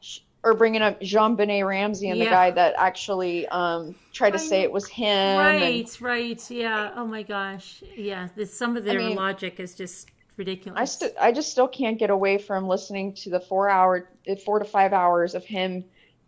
They asked him point blank, hey, we're going to start asking some uncomfortable questions. Is that okay? Mm-hmm. He started answering some pretty uncomfortable questions. He said it. It's not like it's not like they silently slid a white piece of paper across the table and said, recite this. Yeah. He answer he this. said those words. So I want to know, Kim, explain, where did all that story come from? And then I never read Cato's book ever. I heard creepy things came from that book. There's people that are saying that they were reading it and hearing voices. It's just freaky Oh, really? stuff. Yeah. Whatever. But I never bought the book. Now, for those, it was even worse. Mainly discovery is what Yeah. He was saying there that he thought he became possessed by his grandparents, ended up in his cell. And I'm thinking, what a horrible thing to think about your grandparents as being like, your grandparents are possessed. Were they demons? I mean, was just the creepiest thing ever. Like, who would say that about their grandparents? And yeah, he was going on the whole, he was possessed at that point, and then there was dark stuff at NK's. NK was here before, right? Yeah. we got Last night. Yeah, She was here last night. She was here again tonight, Leisha. Ooh, yeah, I was. saw that. Yeah. Saw that. But Chris does have quite the DNA of people who shoot people and suicides. Like 1,000%. He fits the mold of Family Annihilator. From No, but I mean, in his family history, like going back generations, there's histories of great uncles or whoever. I forget. Someone did the video. Oh wow! A couple creators, and one of them is an attorney, and has anyway. So he actually does have a history of that in his family. So wow. anyway, yeah, it's a little scary. Well, in general, though, in behavioral sciences, I don't know if you guys have ever watched Mindhunter, but that stuff is some of my favorite stuff. So, I love that show. He fits the mold just like Chris Coleman. Chris Coleman came out and said, well, now there's an ex-cop in Montana saying that he doesn't think that he did it. The guy that was a bodyguard for Joyce Meyer. right, Okay? yeah, right, yeah. He was sending from his work emails all this stuff, threatening letters to his wife. He was cheating on her, but he claims it's because she didn't show him respect. So to go back to that Rolo, I cannot help but think of Rolo Candy. I know, for some me reason. too, yeah. I don't want to just be like, hey, Rolo, but okay. So you knew who this guy was before taking this? Is he ugly? I'm sorry. I What? showed you What? him, Leisha. I'm sorry. What? Didn't you What's see that? the picture? Did what? Didn't you see the picture I showed, Leisha? No, because I was cleaning up after my dog. Oh, yeah, so. he's not a looker. Well, just the description reminded me of those men that, what do they call them? Oh, the that don't M, have sex.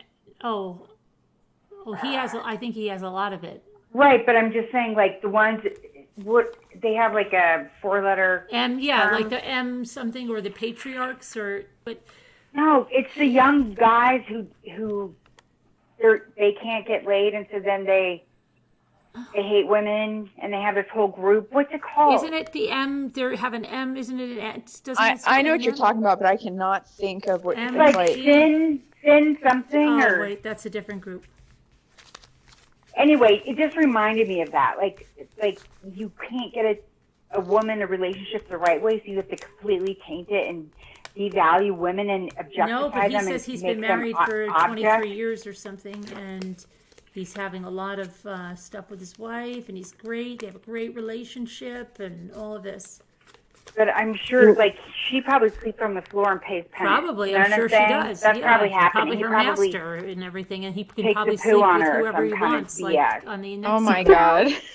He might be like that one dude who had the diaper, you know, like. Well, and- Oh my god. No, because No, Peyton it in the happens. This Nexium, is true. yeah, Hey, it happens. in the Nexium, they were teaching guys that. They were teaching guys about relationships and what they had everything about women. And these guys were going, oh, I'm so glad I joined this group. I had everything about women wrong. I have the greatest relationships now. And it sounded all great until they got further into it. That's why this guy reminded me just like that. The picture you Carolyn, showed I'm does so not. glad you told me about that, because that's frightening, and I wouldn't have known about it otherwise. The picture I showed what? The picture that you showed, if you look him up on Google, he's got like a beanie on, sunglasses, Well, he has a turned to the beanie on sides. because his He's got hair is yeah. like that. He's got the perfect lighting, like Yeah. you know, Sandoval or whatnot, like trying to look like this hipster guy from California. And then you show the picture of this guy. I mean, that guy just creeped me out. I know. Straight creeped me out, especially. Well, Yeah, have you ever heard of he him before, actually- Caden? Caden, have you What? heard of this role? You've heard of this Rolo before tonight? Yes. Oh, wow. Okay. Really? I've He already been looks named like somewhere. he looks like my high school PE teacher who actually opened up a strip club Oh my God. and hired all of the He does alumni. he does look like one of those people. Oh my God, not ooh. Yeah, Gross. Yeah. I think did I've that. heard the other guy, the narrator's name, but I had never heard of this guy. Yeah, it's because like I in a discussion on Reddit, you know, I've heard of the plate theory before because of Chris Coleman, because I'm a big fan of Joyce Meyer. Okay. My mom was as well, and that's just the way it is. And it blew my mind that he worked for her and that he did this, but he was interviewed, Chris Coleman was, and he said he did it because she did not respect him. And that's the thing about one of the ladies, that lady on tonight that was talking about her husband that killed himself. She said if she hadn't berated him, that he wouldn't have done what he did. She pushed him to that. And that's the whole point of Rolo coming on, because it's that mansplaining, saying, you know, we need to stop demasculizing men. I guess from society, from back in the day, okay, whenever that was, I'm not old enough, I guess, but way back then, when you had to hide pregnancies, like say back in the 1950s when they sent or the something mothers like away. that. Yeah. Right, but that guys had a bigger role. They had more of that. Okay, women were more submissive, and now it's like the guy has to do what all the women say. Well, not everybody's like that, though. And he was saying in a general, like women in general, that we are programmed to expect this stuff. I put my husband through school. He put me through school. We helped each other out. So he ain't speaking for me. But I've come across it because I have a background in behavioral sciences. So I get interested in that kind of stuff. And when that woman just freaked out, you could tell that the whole thing had to have been orchestrated. Now, she did give herself away, though. She doxed herself, okay, and said her full name and everything. She's like, look me up. Right. Okay. So she was with somebody for 20 years, but she's 30 something? But yeah, and it didn't make sense. She said he's been gone. She said she's 38, right? She said he was gone going on 3 years or 3 years. So then she was 35. And then she said she was with him for 20 years. Okay. So that doesn't really, I mean, was she with him since she was 15 and then only got married when she was 32? She said she got married at 32. So Maybe she's a time traveler. Possibly she could be a tall gray. We don't know. right.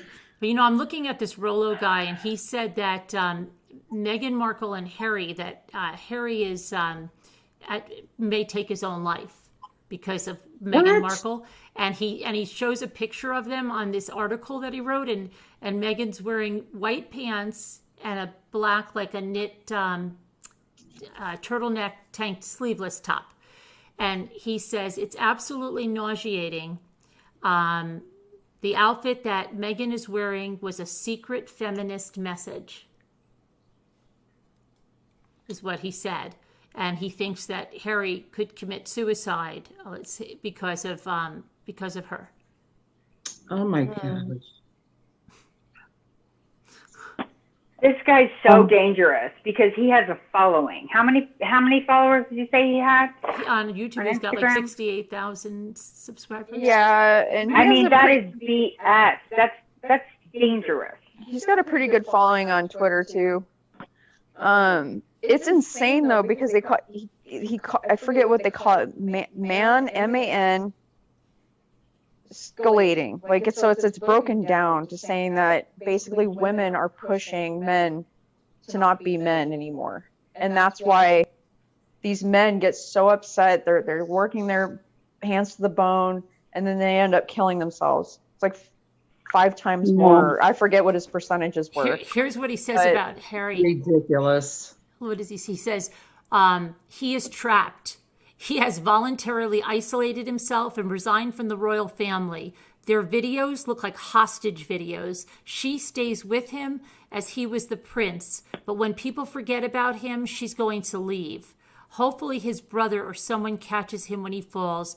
I don't hope he kills himself, and I'm very worried. He has been zeroed out to the point he doesn't realize it.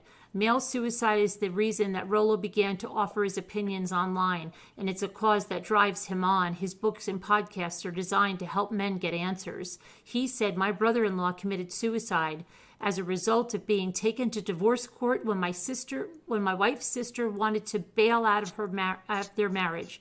And as she was getting into it with a guy who was a multimillionaire, I saw that it sucked that he hung himself, but what threw me was how people reacted. If I have a point, it's to keep the noose off of guys' necks and keep the gun out of their mouths, which is also something I've experienced as a friend of mine ended it all by eating a bullet after his soulmate left him. Well, that sounds more like a self-worth, self-esteem issue because, I mean, I was probably, I was 20. I'm 39. So when I was in my 20s, I used to work at a hotel. I was the front desk, the person who checks you in. So basically, there was a coworker who would bring me gifts. He would bring me stuff from Bath and Body Works or Victoria's Secret or plush, little bears and things. And one day I kind of said to him, look, I appreciate everything. I'm but I don't feel comfortable with you continuing to bring me these gifts because I don't know what your motive, why you're doing it. And he's just like, well, because I like you. And I said, okay, I don't want to take, it got to the point where I had to give the stuff to him. I had to tell him, look, stop. And then he would say, but it's because I really like you and whatnot. So about 2 weeks went by and he stopped coming to work. And then he called me and he says to me, well, why is it that you don't want to be with me? I told him, I don't feel that way for you. You're a nice person. You're, a great guy. I'm sure that you'll find somebody who will, share the feelings with you. Well, 2 days later, after I spoke with him, I found out that he committed suicide. Well, I don't know if it's a bad thing. Maybe it was because I was younger. I felt terrible because I thought that I had something to do with it. because I rejected him. However, I went to a therapist and I kind of, I went through a whole process because I did feel bad. But ultimately, I've accepted that has no fault. It was no fault of mine because I was open with him. I told him specifically everything that I felt and what I needed him to do was stop. And how he handled it was more so like on his end. So with this situation, the story they were talking about earlier, it's like, you can't claim to say, oh, hey, I feel like if I hadn't have done this, I pushed him to that. Because at the end of the day, it's like, I feel like it's on a personal thing. Like if you're feeling down, if you're feeling sad, I have moments where I feel really terrible and I tell my family, listen, right now I need your support, I need your understanding, but right now I need you guys to like leave me alone and I'll go into my craft room and I'll knit or whatever I need to do. I'll gather myself and I'll go forth. But if I feel like I need additional help, then I will call and I will, you know what I mean? It's just difficult to pinpoint and say it's somebody's fault that this happened because it's really not. So what Right. this gentleman or man is saying, Rolo, which by the way is my favorite candy, so he just kind of ruined it for me. So what he was saying, it was almost like he lives back in, I don't know what era, where he's thinking that we're still like churning our own butter and we're like, it's unreasonable for him to think like that. We've evolved as humans. And I mean, I don't know if you've seen lately these young people out in the world. Mm-hmm. They're like athletic and they're doing all of these things that we didn't do when we were kids. Mm-hmm. And they're like superhumans, My child skipped a grade of school. He's just turned 10 years old. And he's super smart. And sometimes he's talking to me and holding conversations with me as an adult. I'm not going to expect him to behave like back in the day where I'm going to want him to have a wife who's submissive and he's going to be like dictating what she does and where she goes. Right. No, we're in a different part of life now. We've evolved as humans. So you can't expect that same behavior. It sounds like he's talking about awfully weak men. Yes. Well, yeah, well, he's saying, and he also says when he was going to get into gender, I wanted him to see what he was going to do, but he says he personally believes homosexuality is a behavioral thing. He said, I'm not saying it's right or wrong. I'm saying it doesn't have a genetic root. I don't believe it's innate until someone shows me the gay gene and shows me how we are biologically gay. For me, it's reinforced. I don't think it's a choice necessarily, but you weren't born that way. You were conditioned by what is reinforced. What he says on that. Saying that these men are being worked to death by these women. Mm-hmm. They're committing suicide because of the women that they're with. My father worked 2 jobs, for years when I was a kid, us first 3 kids. And I never heard my father complain once. Well, it's he's also, but I also want to say to him, like, what about if you have a husband and wife, the husband loses his job and he can't get a job, right? He's trying and he can't get a job and the wife has to go out and she can get a job and she's working, right? He doesn't approve of that, right? Because that would put the woman in a superior position. She's bringing home the money and supporting the family and the men should be the hunters. So they're supposed to starve and yeah, but he doesn't say that. Like, what would happen then if only the woman can get a job that can sustain the family? And a lot of times there are things like that, right? So I wonder what he says about that. Because he seemed to, that's emasculating, and the man shouldn't have to change diapers and do dishes and do all that stuff, because that's not what he should be doing. And my dad did change diapers and he cooked and he went to the grocery store. Mm-hmm. And my mom was a stay-at-home mom. But my dad still helped out. She never asked him to. He just did it. Yeah. I know If my it father needed too. to be done, My he father did. enjoyed cooking on on the weekend, and he loved to go grocery shopping. And he would go to the school. He would go to my back to school nights and stuff, and parent teacher conferences. Yeah. Right. And then when my mom got sick, he changed her, wiped her bottom and everything, you know? Right. Yeah. I don't He's a understand. real man. Well, my husband works from home. I don't work. I'm responsible for the house to a certain extent, of course. And my daughter was homeschooled, and my son is homeschooled, so we're all home all the time. Imagine we drive each other crazy. However, sometimes I tell him, he waters the plants in the backyard. I take care of the front yard. He'll help me wash the dishes. I'll make sure that, I make him some big meals from time to time because he loves to eat. So, we all kind of share the responsibility. So every household is different. So that rule cannot possibly apply at all.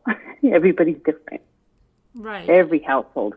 Yeah. So that's unrealistic for him to have those expectations. Well, here's that. It says, unknown to many, the manosphere, a volatile digital world where male issues are debated with passion, is thriving. It even has its own lingo with phrases such as MGTOWs, men going their own way. A group who believe feminism is destroying society, and blue pill betas, the non-assertive men going along with this. Wow. And So Suave forum is where he began. He joined the scene 19 years ago on the So Suave forum that became a popular blog. The Rational Male has since become an author, and he operates a successful YouTube channel. To understand him, you have to grasp the red pill, an analogy from the film The Matrix, referring to a capsule that allows you to see the world how it truly is. Yeah. There you get. You're getting deep into it. He goes into the bitter taste of the red pill. He talks about the myth of the dark arts, and like how women are it's like a game basically, and that That's so dangerous. you just have to accept that women have contingencies, that it's just how women are, okay? But that if they learn that they can spend multiple plates, that they are able, if I'm saying this right, understand the game properly and have multiple plates. You don't have to tell the other person, hey, I'm seeing this person because it's not cheating. Then you can choose your partner. So in general, I guess in a broad sense, saying that like you choose your own destiny, right? Take the red or the blue pill kind of thing. And it's interesting that you brought up the Matrix, because that's exactly what the red pill is all about, or the bitter taste of the red pill on the Rational Male. And it's just crazy to me because they're basically talking about the game as a reality. He even brought up long distance relationships, that they're not real. It's like an illusion. He used a different term on the other channel, but I'm pretty sure that when my father-in-law was overseas in Dubai working, for the family and whatnot, they've been married 39 years. That's not an illusion. Just because you're not physically, tangibly touching somebody does not make it an illusion. Okay. Right. So does he believe that the men can cheat on their wives? Like, see that I can't talk for him, just because even reading up on the bitter taste of the red pill, to me, it's convoluted. It's really hard for me to process, but I understand him trying to explain, this is who you are, okay? But it's really just a game. And if you figure out that this is the game, then we can prevent A, B, and C from happening. He even brought up Generation X and all that stuff. But as far as cheating on your wife, I don't know if that's brought up in the dark art or whatever. I think that if you looked up the plate theories, I think there's like 6 or 7. okay. That might answer your question, but I mean, I'm not him. I just know that it's kind of like if you go into the Matrix, your brain just wants to explode. God. I don't know. The man was something else. He was. Also, And I saw you in that chat, by the way. yeah, he was talking about how Roe v. Wade changed Yeah. marriage and how basically in my terms I kind of say like because I'm Hispanic, so like people would tend to say things like why, like they say the term why buy the cow when you can get the milk for free. Yeah, basically, yeah. right? Yeah. So it's almost like he's saying that because women wanted to have control over their sexuality and the right to, that they kind of created these men to allow them to just, nick and pick here and there, however, not taking that responsibility per se, or the marriage, or how, all of these things. And I'm kind of like, well, and how women want to work, they want to be equal, but that's not possible. And I'm kind of like, well, that doesn't make any sense. It doesn't make sense to me, obviously. I'm 39.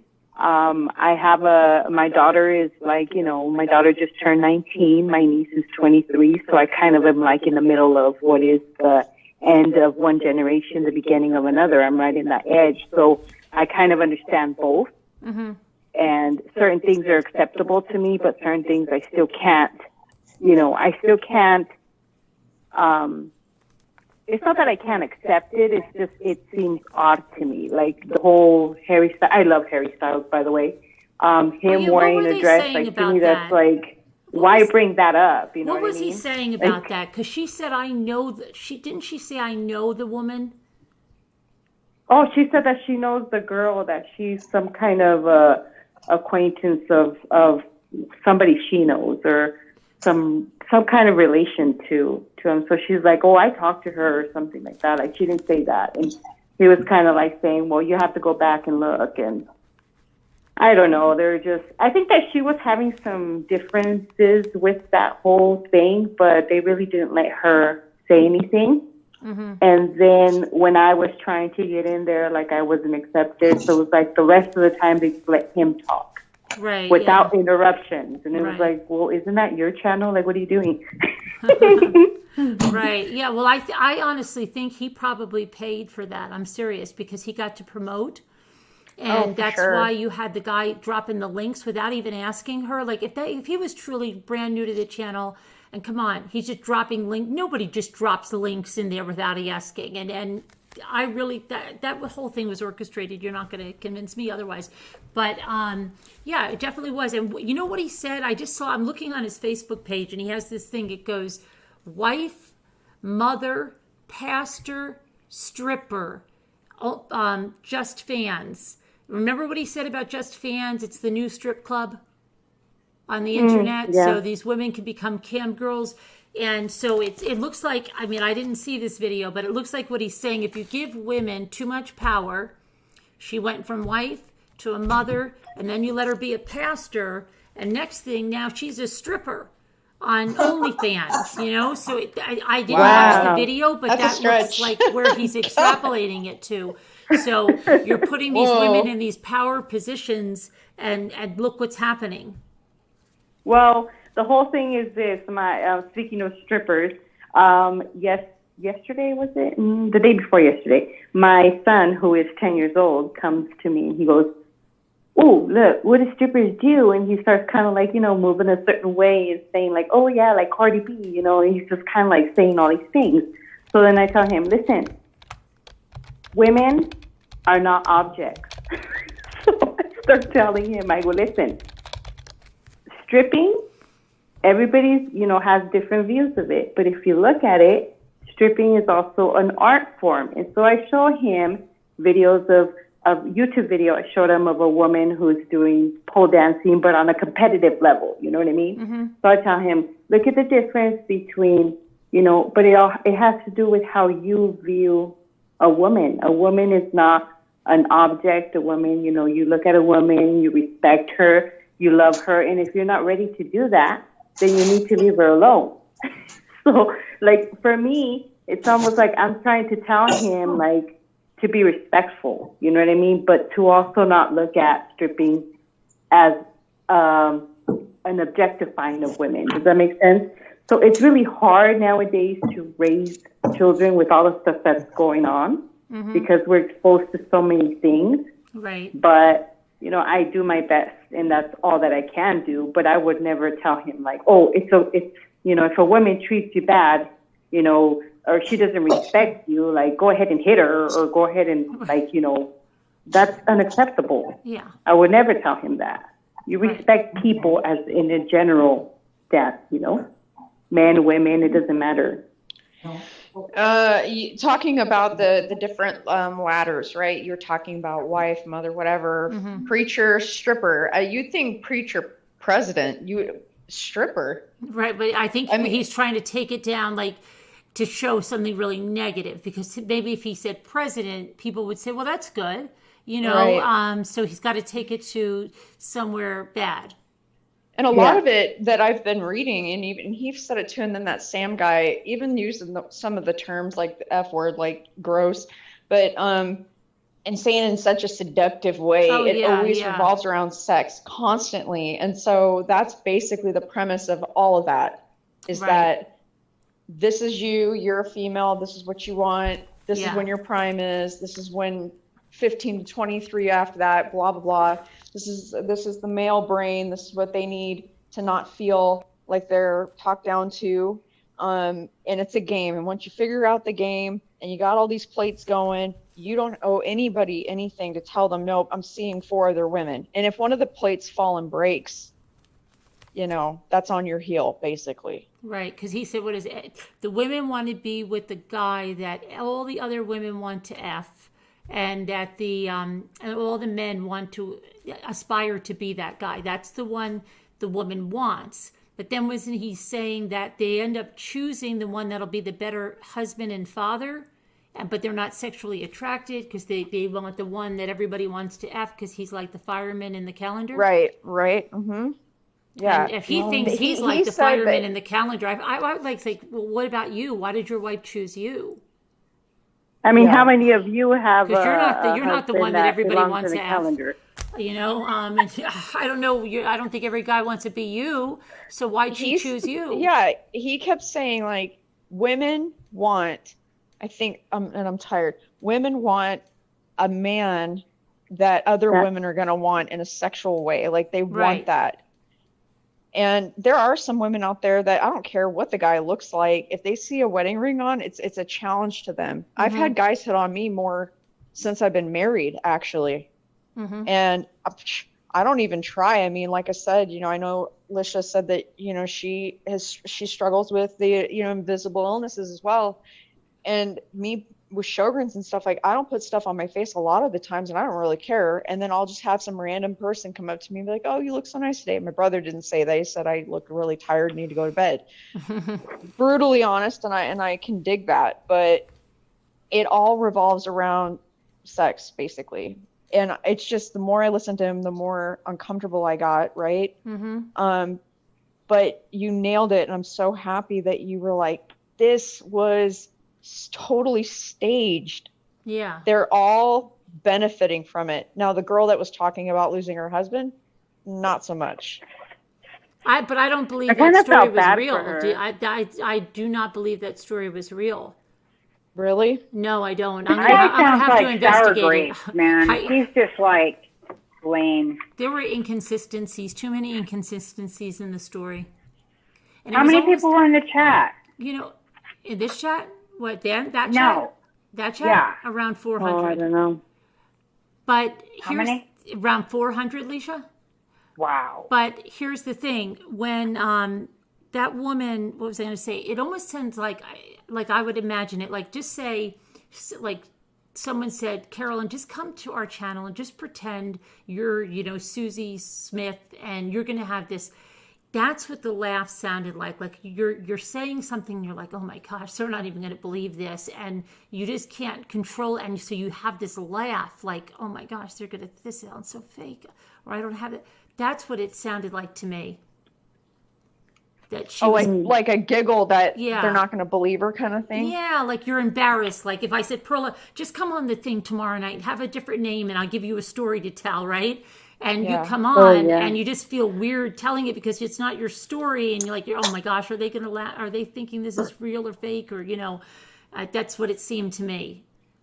Or maybe they kind of, I mean, they tend to sometimes use things to their advantage. For example, the case with the woman who was live, which is one of the reasons why she's where she is.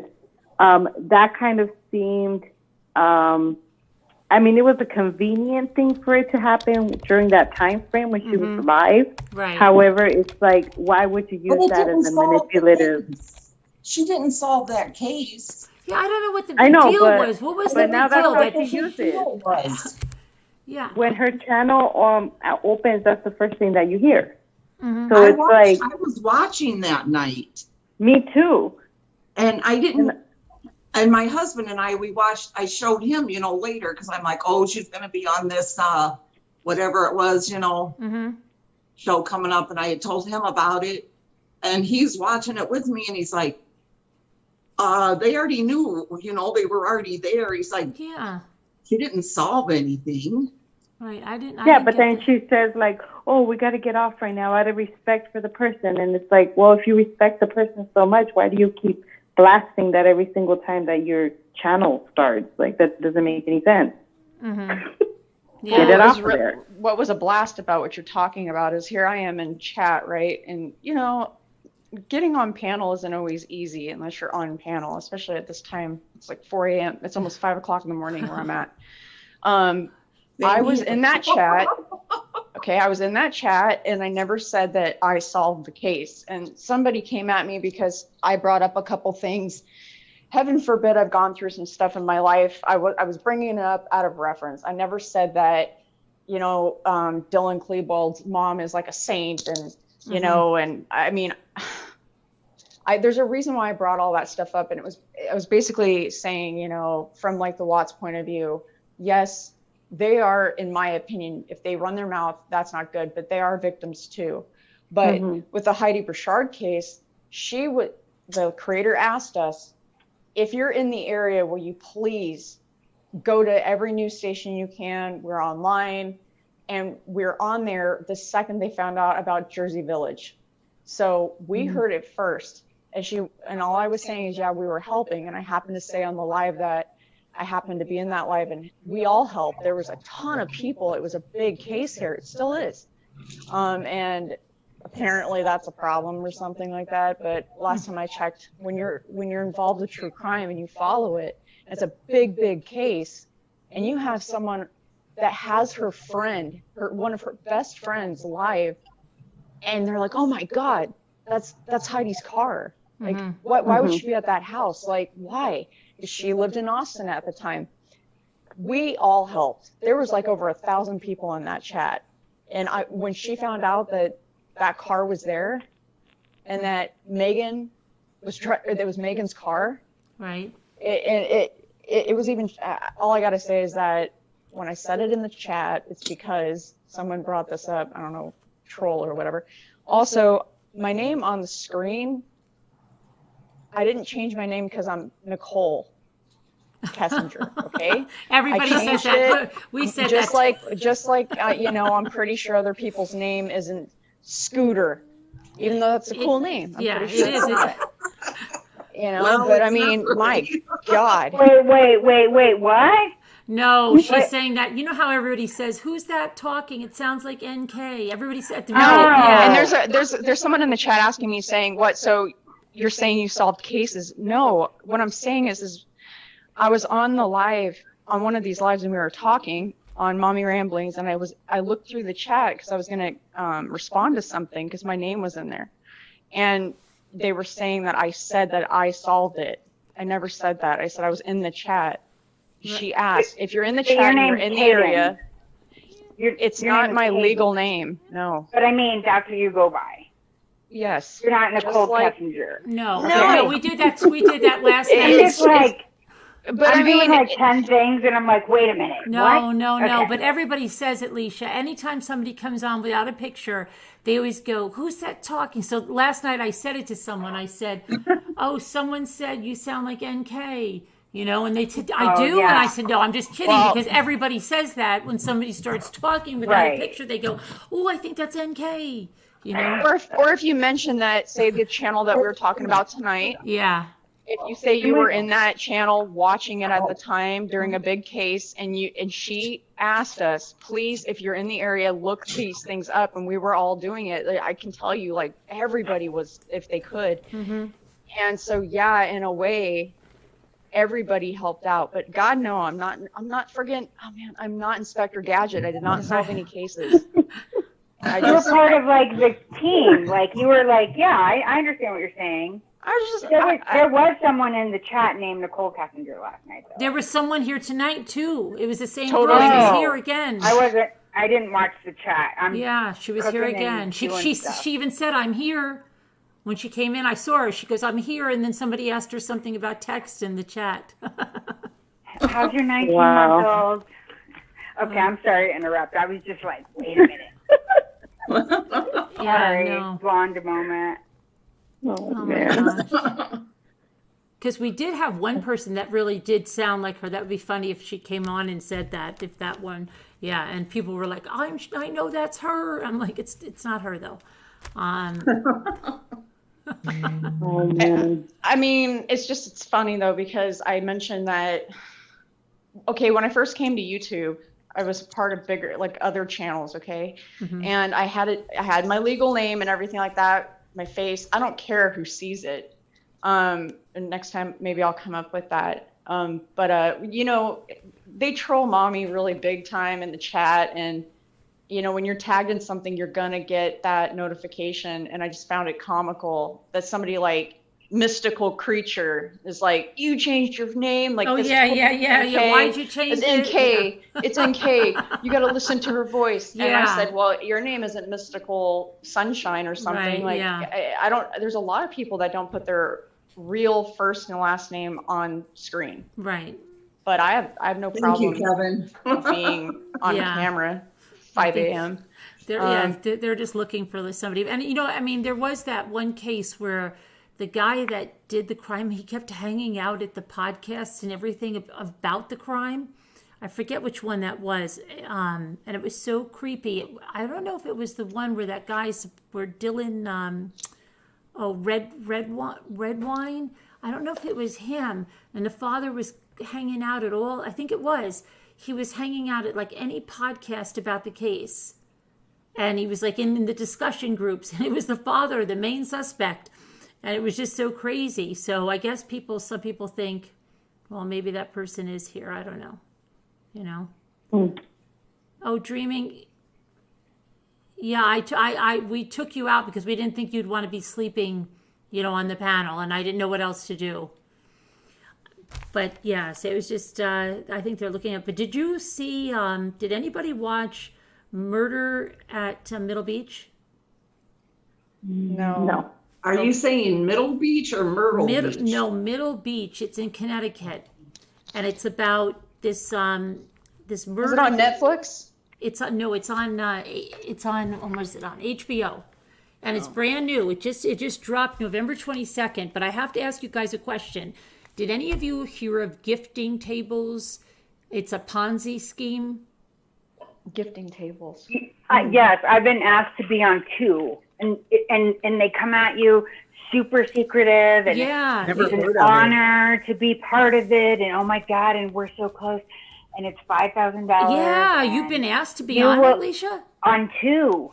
Recently? On 2 of them. I've never No, the heard of last such a time thing. was like 2017. Yeah, because here's what happened. But they know that I like to invest. Oh, and- but listen, yeah, I never heard of these gifting tables, and it's actually how they found out about the gifting tables was the murder, and it was this woman. She was married to a multimillionaire, and he was for some kind of electric that was out there, but then he got fired because he did something wrong in the company. He went overseas. He had some bad transaction. They fired him. And then he ended up starting another company, but he was traveling a lot.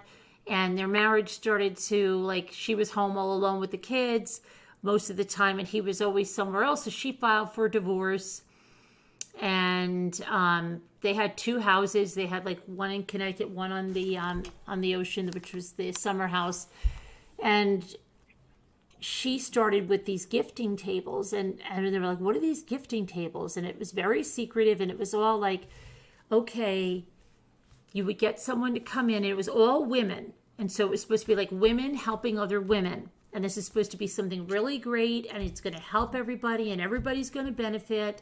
And you come in as an appetizer, and then you have a $5,000 investment. But if you get 2 people to come in after you with $5,000, you're moved up to like the entree, and then you get $40,000.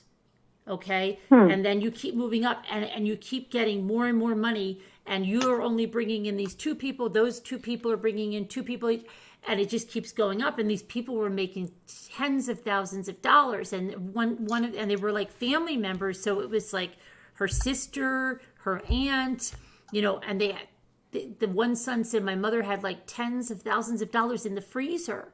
And it was all in cash, and it was so secretive. And they would go to these gifting tables, and they were really, they kept saying they were really changing people's lives, because, and so they were getting all hyped up on like what they were doing for other women, and nobody, it was so secretive. It was like, you don't talk about this at all. And they had all this code language. And but they said that they got to know that when they're driving through the neighborhood, if you would see one house and it had like 10 cars out, somebody's probably having a table meeting.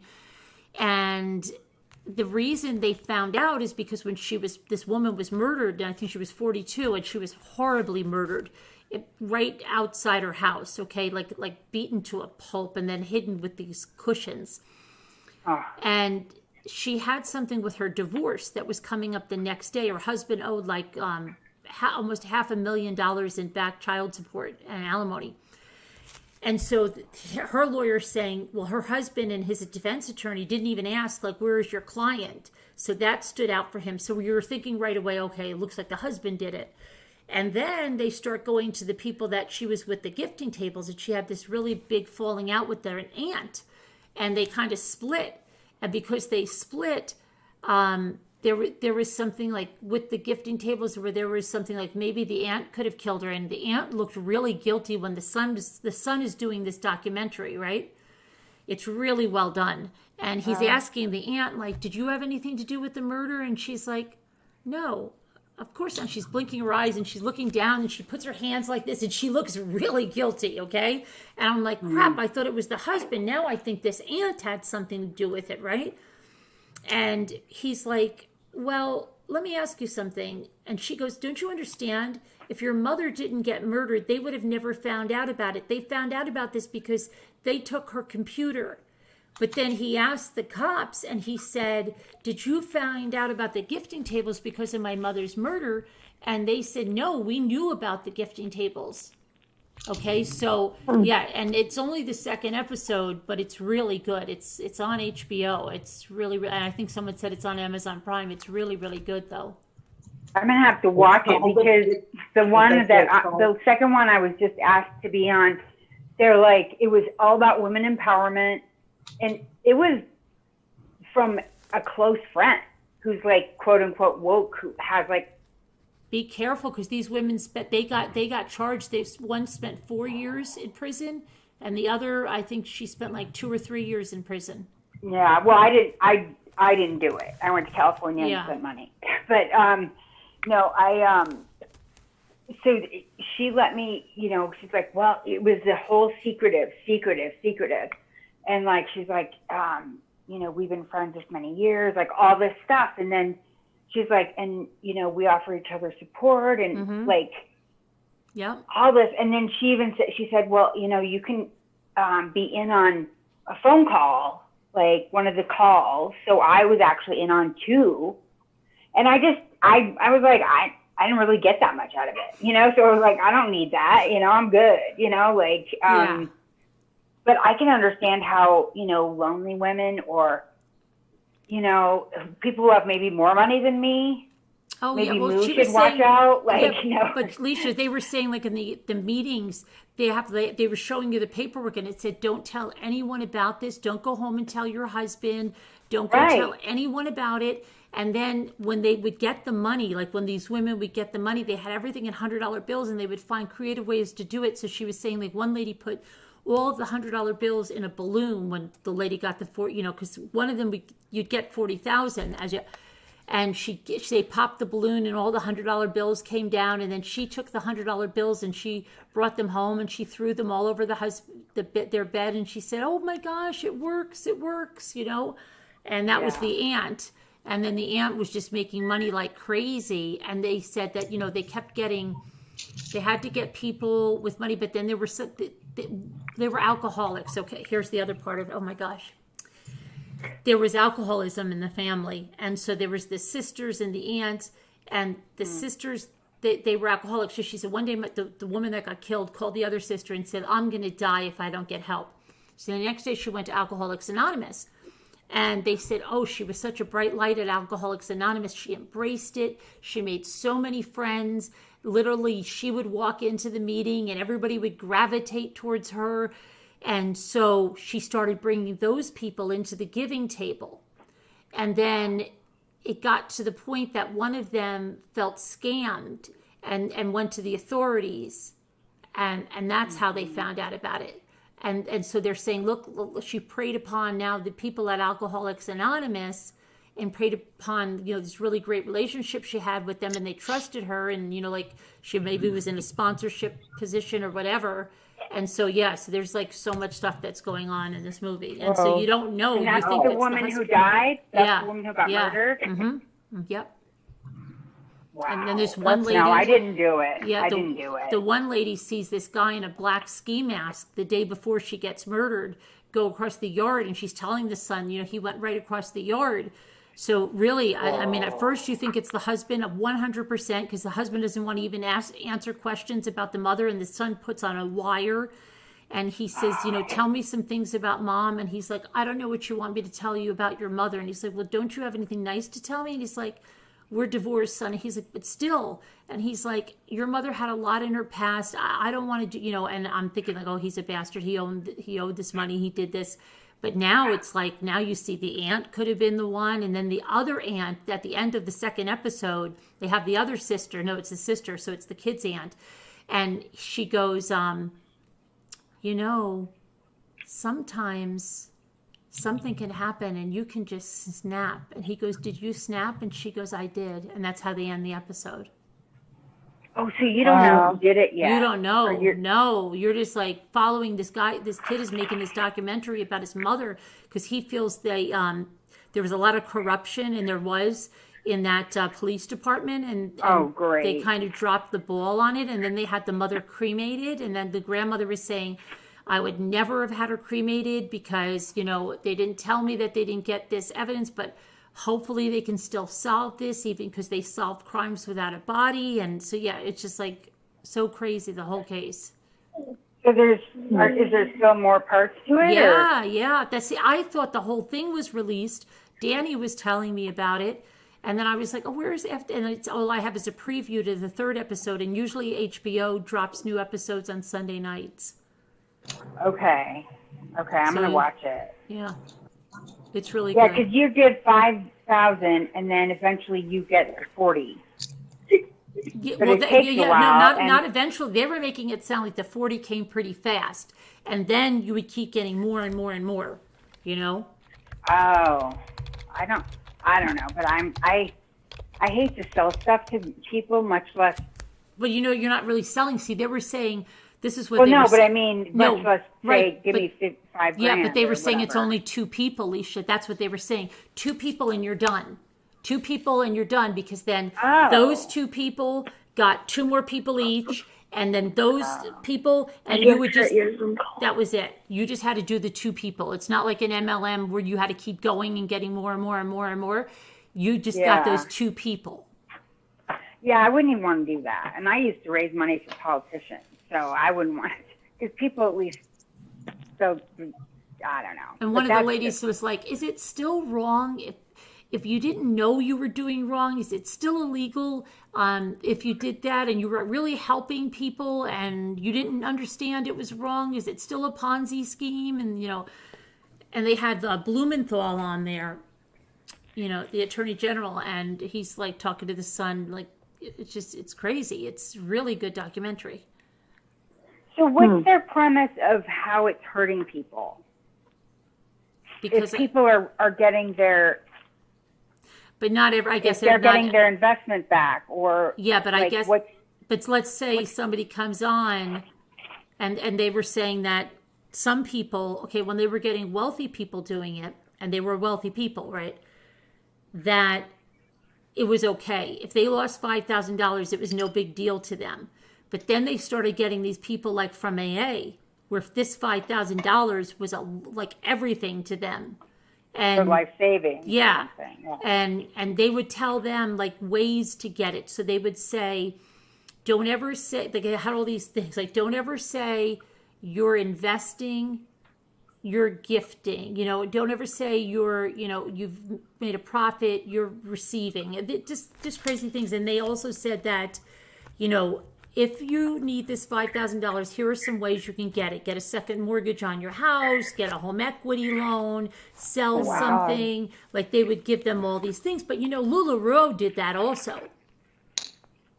LuLaRoe gave people ideas like that, and that's why they didn't like LuLaRoe. And that was just an MLM. But this is a Ponzi scheme, and so some people weren't making their money back, I guess because maybe they couldn't get two $5,000 donators under them, and then that's it. Then they're maybe SOL, and they lost the $5,000. Yeah. So yeah, so then one of them went through and said, "Hey, I think I was scammed." Look at me. Wow. What's going on here? Look, Carolyn. I know you're psychedelic. Are you doing Yeah, any? what's Are you doing happening? mushrooms? Because you're psychedelic tonight. I know. Oh, wait. Why? I don't know. Maybe turn your camera on and off. Oh. Whoa. When people don't level up, when new people come in, they don't tier up and they lose. Okay. So then a lot of Somebody- people lost money, If right? somebody comes in after you and they get two more people and they go ahead of you. Yeah, I guess. And then that person loses. I'm not sure. I wanted to look into it more, these gifting tables. I didn't know, because I said to Jimmy, did you ever hear of that? And he's like, I've heard of Ponzi schemes, but I said, no, the gifting tables. And, but you're hearing of them over there. See, I thought this was like something they made up, this kind of Ponzi. It was, Well, and the woman who asked me, she's from New York. oh. She is, yeah. You know So- what you should have done, Leisha? Oh my gosh, you should have wore a wire in, tape that freaking No, stuff. because I like her. She has like a yoga studio. She teaches meditation. Like she know. does like Reiki and stuff. Like she has a pop-up vegan, I mean, no. That's why I'm like, it was like, oh, that's why I even entertained it. Yeah, that would have made good. That would have been good. Blown that You're up. like, you'd be in the clique, Lisa. Yeah, you'd be like, oh, you have a whole series, keep it, don't broadcast it until it was all done, and then I wouldn't have harassed anybody to give money, so I wouldn't have. I would have just been like, I just don't feel comfortable doing that. Yeah, I don't know. I don't know. I just don't believe in easy money. But Yeah, I there's don't usually even a know how trick to it. they're finding people like that. Because if you've ever been even in anything like Avon or any kind of thing like that, you know how hard it is to get somebody to buy one of those kits or whatever, or to get in. They're like, oh, I don't know, right? Can you imagine just $5,000, just invest it, and I think you've got $40,000 coming if you could just get two more people with $5,000 But they were going to their family members and they had the money. So I think it was easier for them. But then when they were looking, then they started with the AA people. And And those are probably people that had already hit rock bottom and Yeah, probably and they're maybe trying to either build bankruptcy themselves and up or whatever. yeah, but, yeah. yeah. So, like, yeah. I mean, even if it's family, you still have to kind of like question. Like, I was at a bar with my husband, and a young guy comes over to us, and he's like, "Oh, what do you guys do? Whatever." And then, "Oh, it would be nice to have like somewhere to invest money." He said, "We run a business," and he's telling me about it, and he goes, "Yeah, you would just need to invest this much." And I'm like, "Okay, well, what is your business?" And he starts telling me about how, basically what it is that, I guess they call it lean, which is that cough syrup with the energy drink blend or whatever, where they I don't know, they drink it. It's like a drug, That's right? illegal. So he starts I never even telling heard me you all of guys in this stuff. You two, I've never even listen. heard of this stuff. He starts telling me all these things, and he goes, "Oh, we make a lot of money," and he's like showing me his Instagram, how he's on planes and how this and that, and I'm just like, "Oh, all right, dude, cool, whatever." And then he goes, "Yeah, well, here's my number, hit me up," and I'm just like, okay. And I just kind of was like, what the heck is going on? And my husband and I were like, wow, that was crazy. We just kind of go like, it might sound like, it's not even tempting, but somebody might be like, hey, it's easy money, you know what I mean? Mm-hmm. We were just like, nope. Yeah, B. So Smith, it's things not like that multi-level happen all the marketing because time. that's legal. That's like everything like LuLaRoe and that stuff is legal. But this is illegal. This is a Ponzi scheme. Yeah, I know what you mean. Like, it's, I don't know. Money is the root of all evil, they say. Murder on Middle Beach, Amy. I'm gonna check it out. And Yeah. actually, I'm gonna. Sorry, is that something that Shanann used to wear? Or is that clothes? Yes. No. I don't know if she wore the LuLaRoe, but she didn't sell it. No. Is She the did. handbag? Apparently, I swear to God, I didn't heard you her say say she that did the wore it. origami owl? She did the LuLaRoe, and she did the. Did she do the LuLaRoe? Thrive? She did. Tried It worked. several.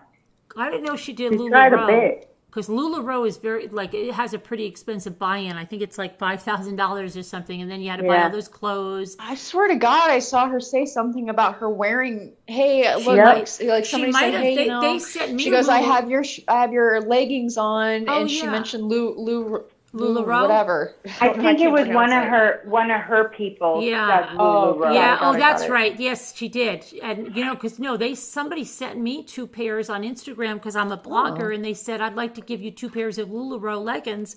And Jimmy actually took one. I don't even want to say that. He wore he's like, these are good to wear underneath. Oh my gosh, it was so bad because he's like, they're like I butter. remember you talking about He wore them like long johns and stuff, and I was like, Jimmy, if anybody sees you with those, oh my gosh, yeah. Oh my and he's God. like, they're really nice. He was on live, you talking about that because that sounds really. I love familiar. wearing those. You I remember love me? wearing those as pajamas. Yeah, and he was wearing them as pajamas. Like, if anybody comes over, can you imagine that guy that says emasculating guy? Yeah, if he came over here, and Jimmy's in the LuLaRoe leggings. Rolo. Why, what do they look like? Rolo. Oh my Rolo God. Yeah, selling Rolo. the- Yeah, the- Rolo Rolo. would be like, see, They that's look what's really wrong with him. feminine or something, or They make me think of like toddler leggings. Hi, Diana. Like, the little. Jimmy's very secure. He's fine with that. Yeah. Clothes Oh my gosh. and- what was he wearing when he fell down the stairs? When he A stayed union falling down the suit. stairs? A union suit. It's a one piece. That's different than long johns. It's a union suit. Okay, because Yeah. I've never heard of that either. No, yeah, they're popular up here, but it's so funny because we saw the red union suit and it was on sale in Tractor Supply, and I said, "Get it," and he goes, "You get it?" Yeah, and then he put it on the night J Bell's left, and then before he did, because we bought it when J Bell was here, but he didn't put it on until after she left, and Lisa D didn't believe me because I showed her what she goes, "No, I don't believe it," and then look there, then he came flying down the stairs in it. At least he didn't have the LuLaRoe leggings on. Oh my gosh, Yeah. that's so funny. Oh my God. Life Don't is, forget you know to what? get Life Diana. is more strange than fiction. like life is more strange than fiction. Oh yeah, sure, absolutely. People are Like more messed Grandpa up in real Walton. life. Yes, like Grandpa Walton. Mm-hmm. What? You have Grandpa Walton wore a Union suit. Oh. I wonder if they got the name because the Union soldiers wore it under their uniforms or something. That could be. Oh. Maybe. Where were the Waltons? Where were they? What state were they in? Like North Carolina, wasn't it? Was it North Carolina? Or one of the, I think it was, they were always talking Virginia? about Carolina. Yeah. Hmm. I don't know why I was thinking in the no, I guess not. Midwest. I had the Walton's dollhouse one year and it was made like this cardboard stuff. Remember to hit the light, guys. I don't know what happened. What time is it? It's 6:10 already. Well, Oh my gosh. I wanna just say it was a pleasure speaking with you ladies, and I'm very happy I had the opportunity to, and I'll be checking out your channel more and more. Please. So Yeah. it was very great speaking with all of you. Yeah, it was great having you on. Thanks for Yeah, coming nice on. Yeah, meeting you're you. great, Perla. I Yeah. love your Thank you, stories. Thanks for being so open. It's interesting and Yeah. informative, Thanks for Yeah, we got to be chatting. honest. Yeah. All right, You guys, too, have a good you night. too, Yeah, Kaden. come Yeah, thanks back. for coming on, Kaden and Leisha and everybody, and it was nice, and we had a good time. But everybody, check out that Murder at Middle Beach, and we'll talk about it when you watch it, because I have a lot of questions about these gifting tables. I'm going to look into them more. Yeah. Yeah, it's really weird. So, Virginia. Somebody said they're in Virginia. that's what they didn't I say Virginia? I said Virginia, and I don't know why I do that. I don't know. It's weird. Okay. But bye to everybody in the chat. Thank you to the moderators. God bless you guys. Prayers for all that need them. And God bless. Love you guys. And bye, everybody on the panel. Bye. Bye. Bye. Bye.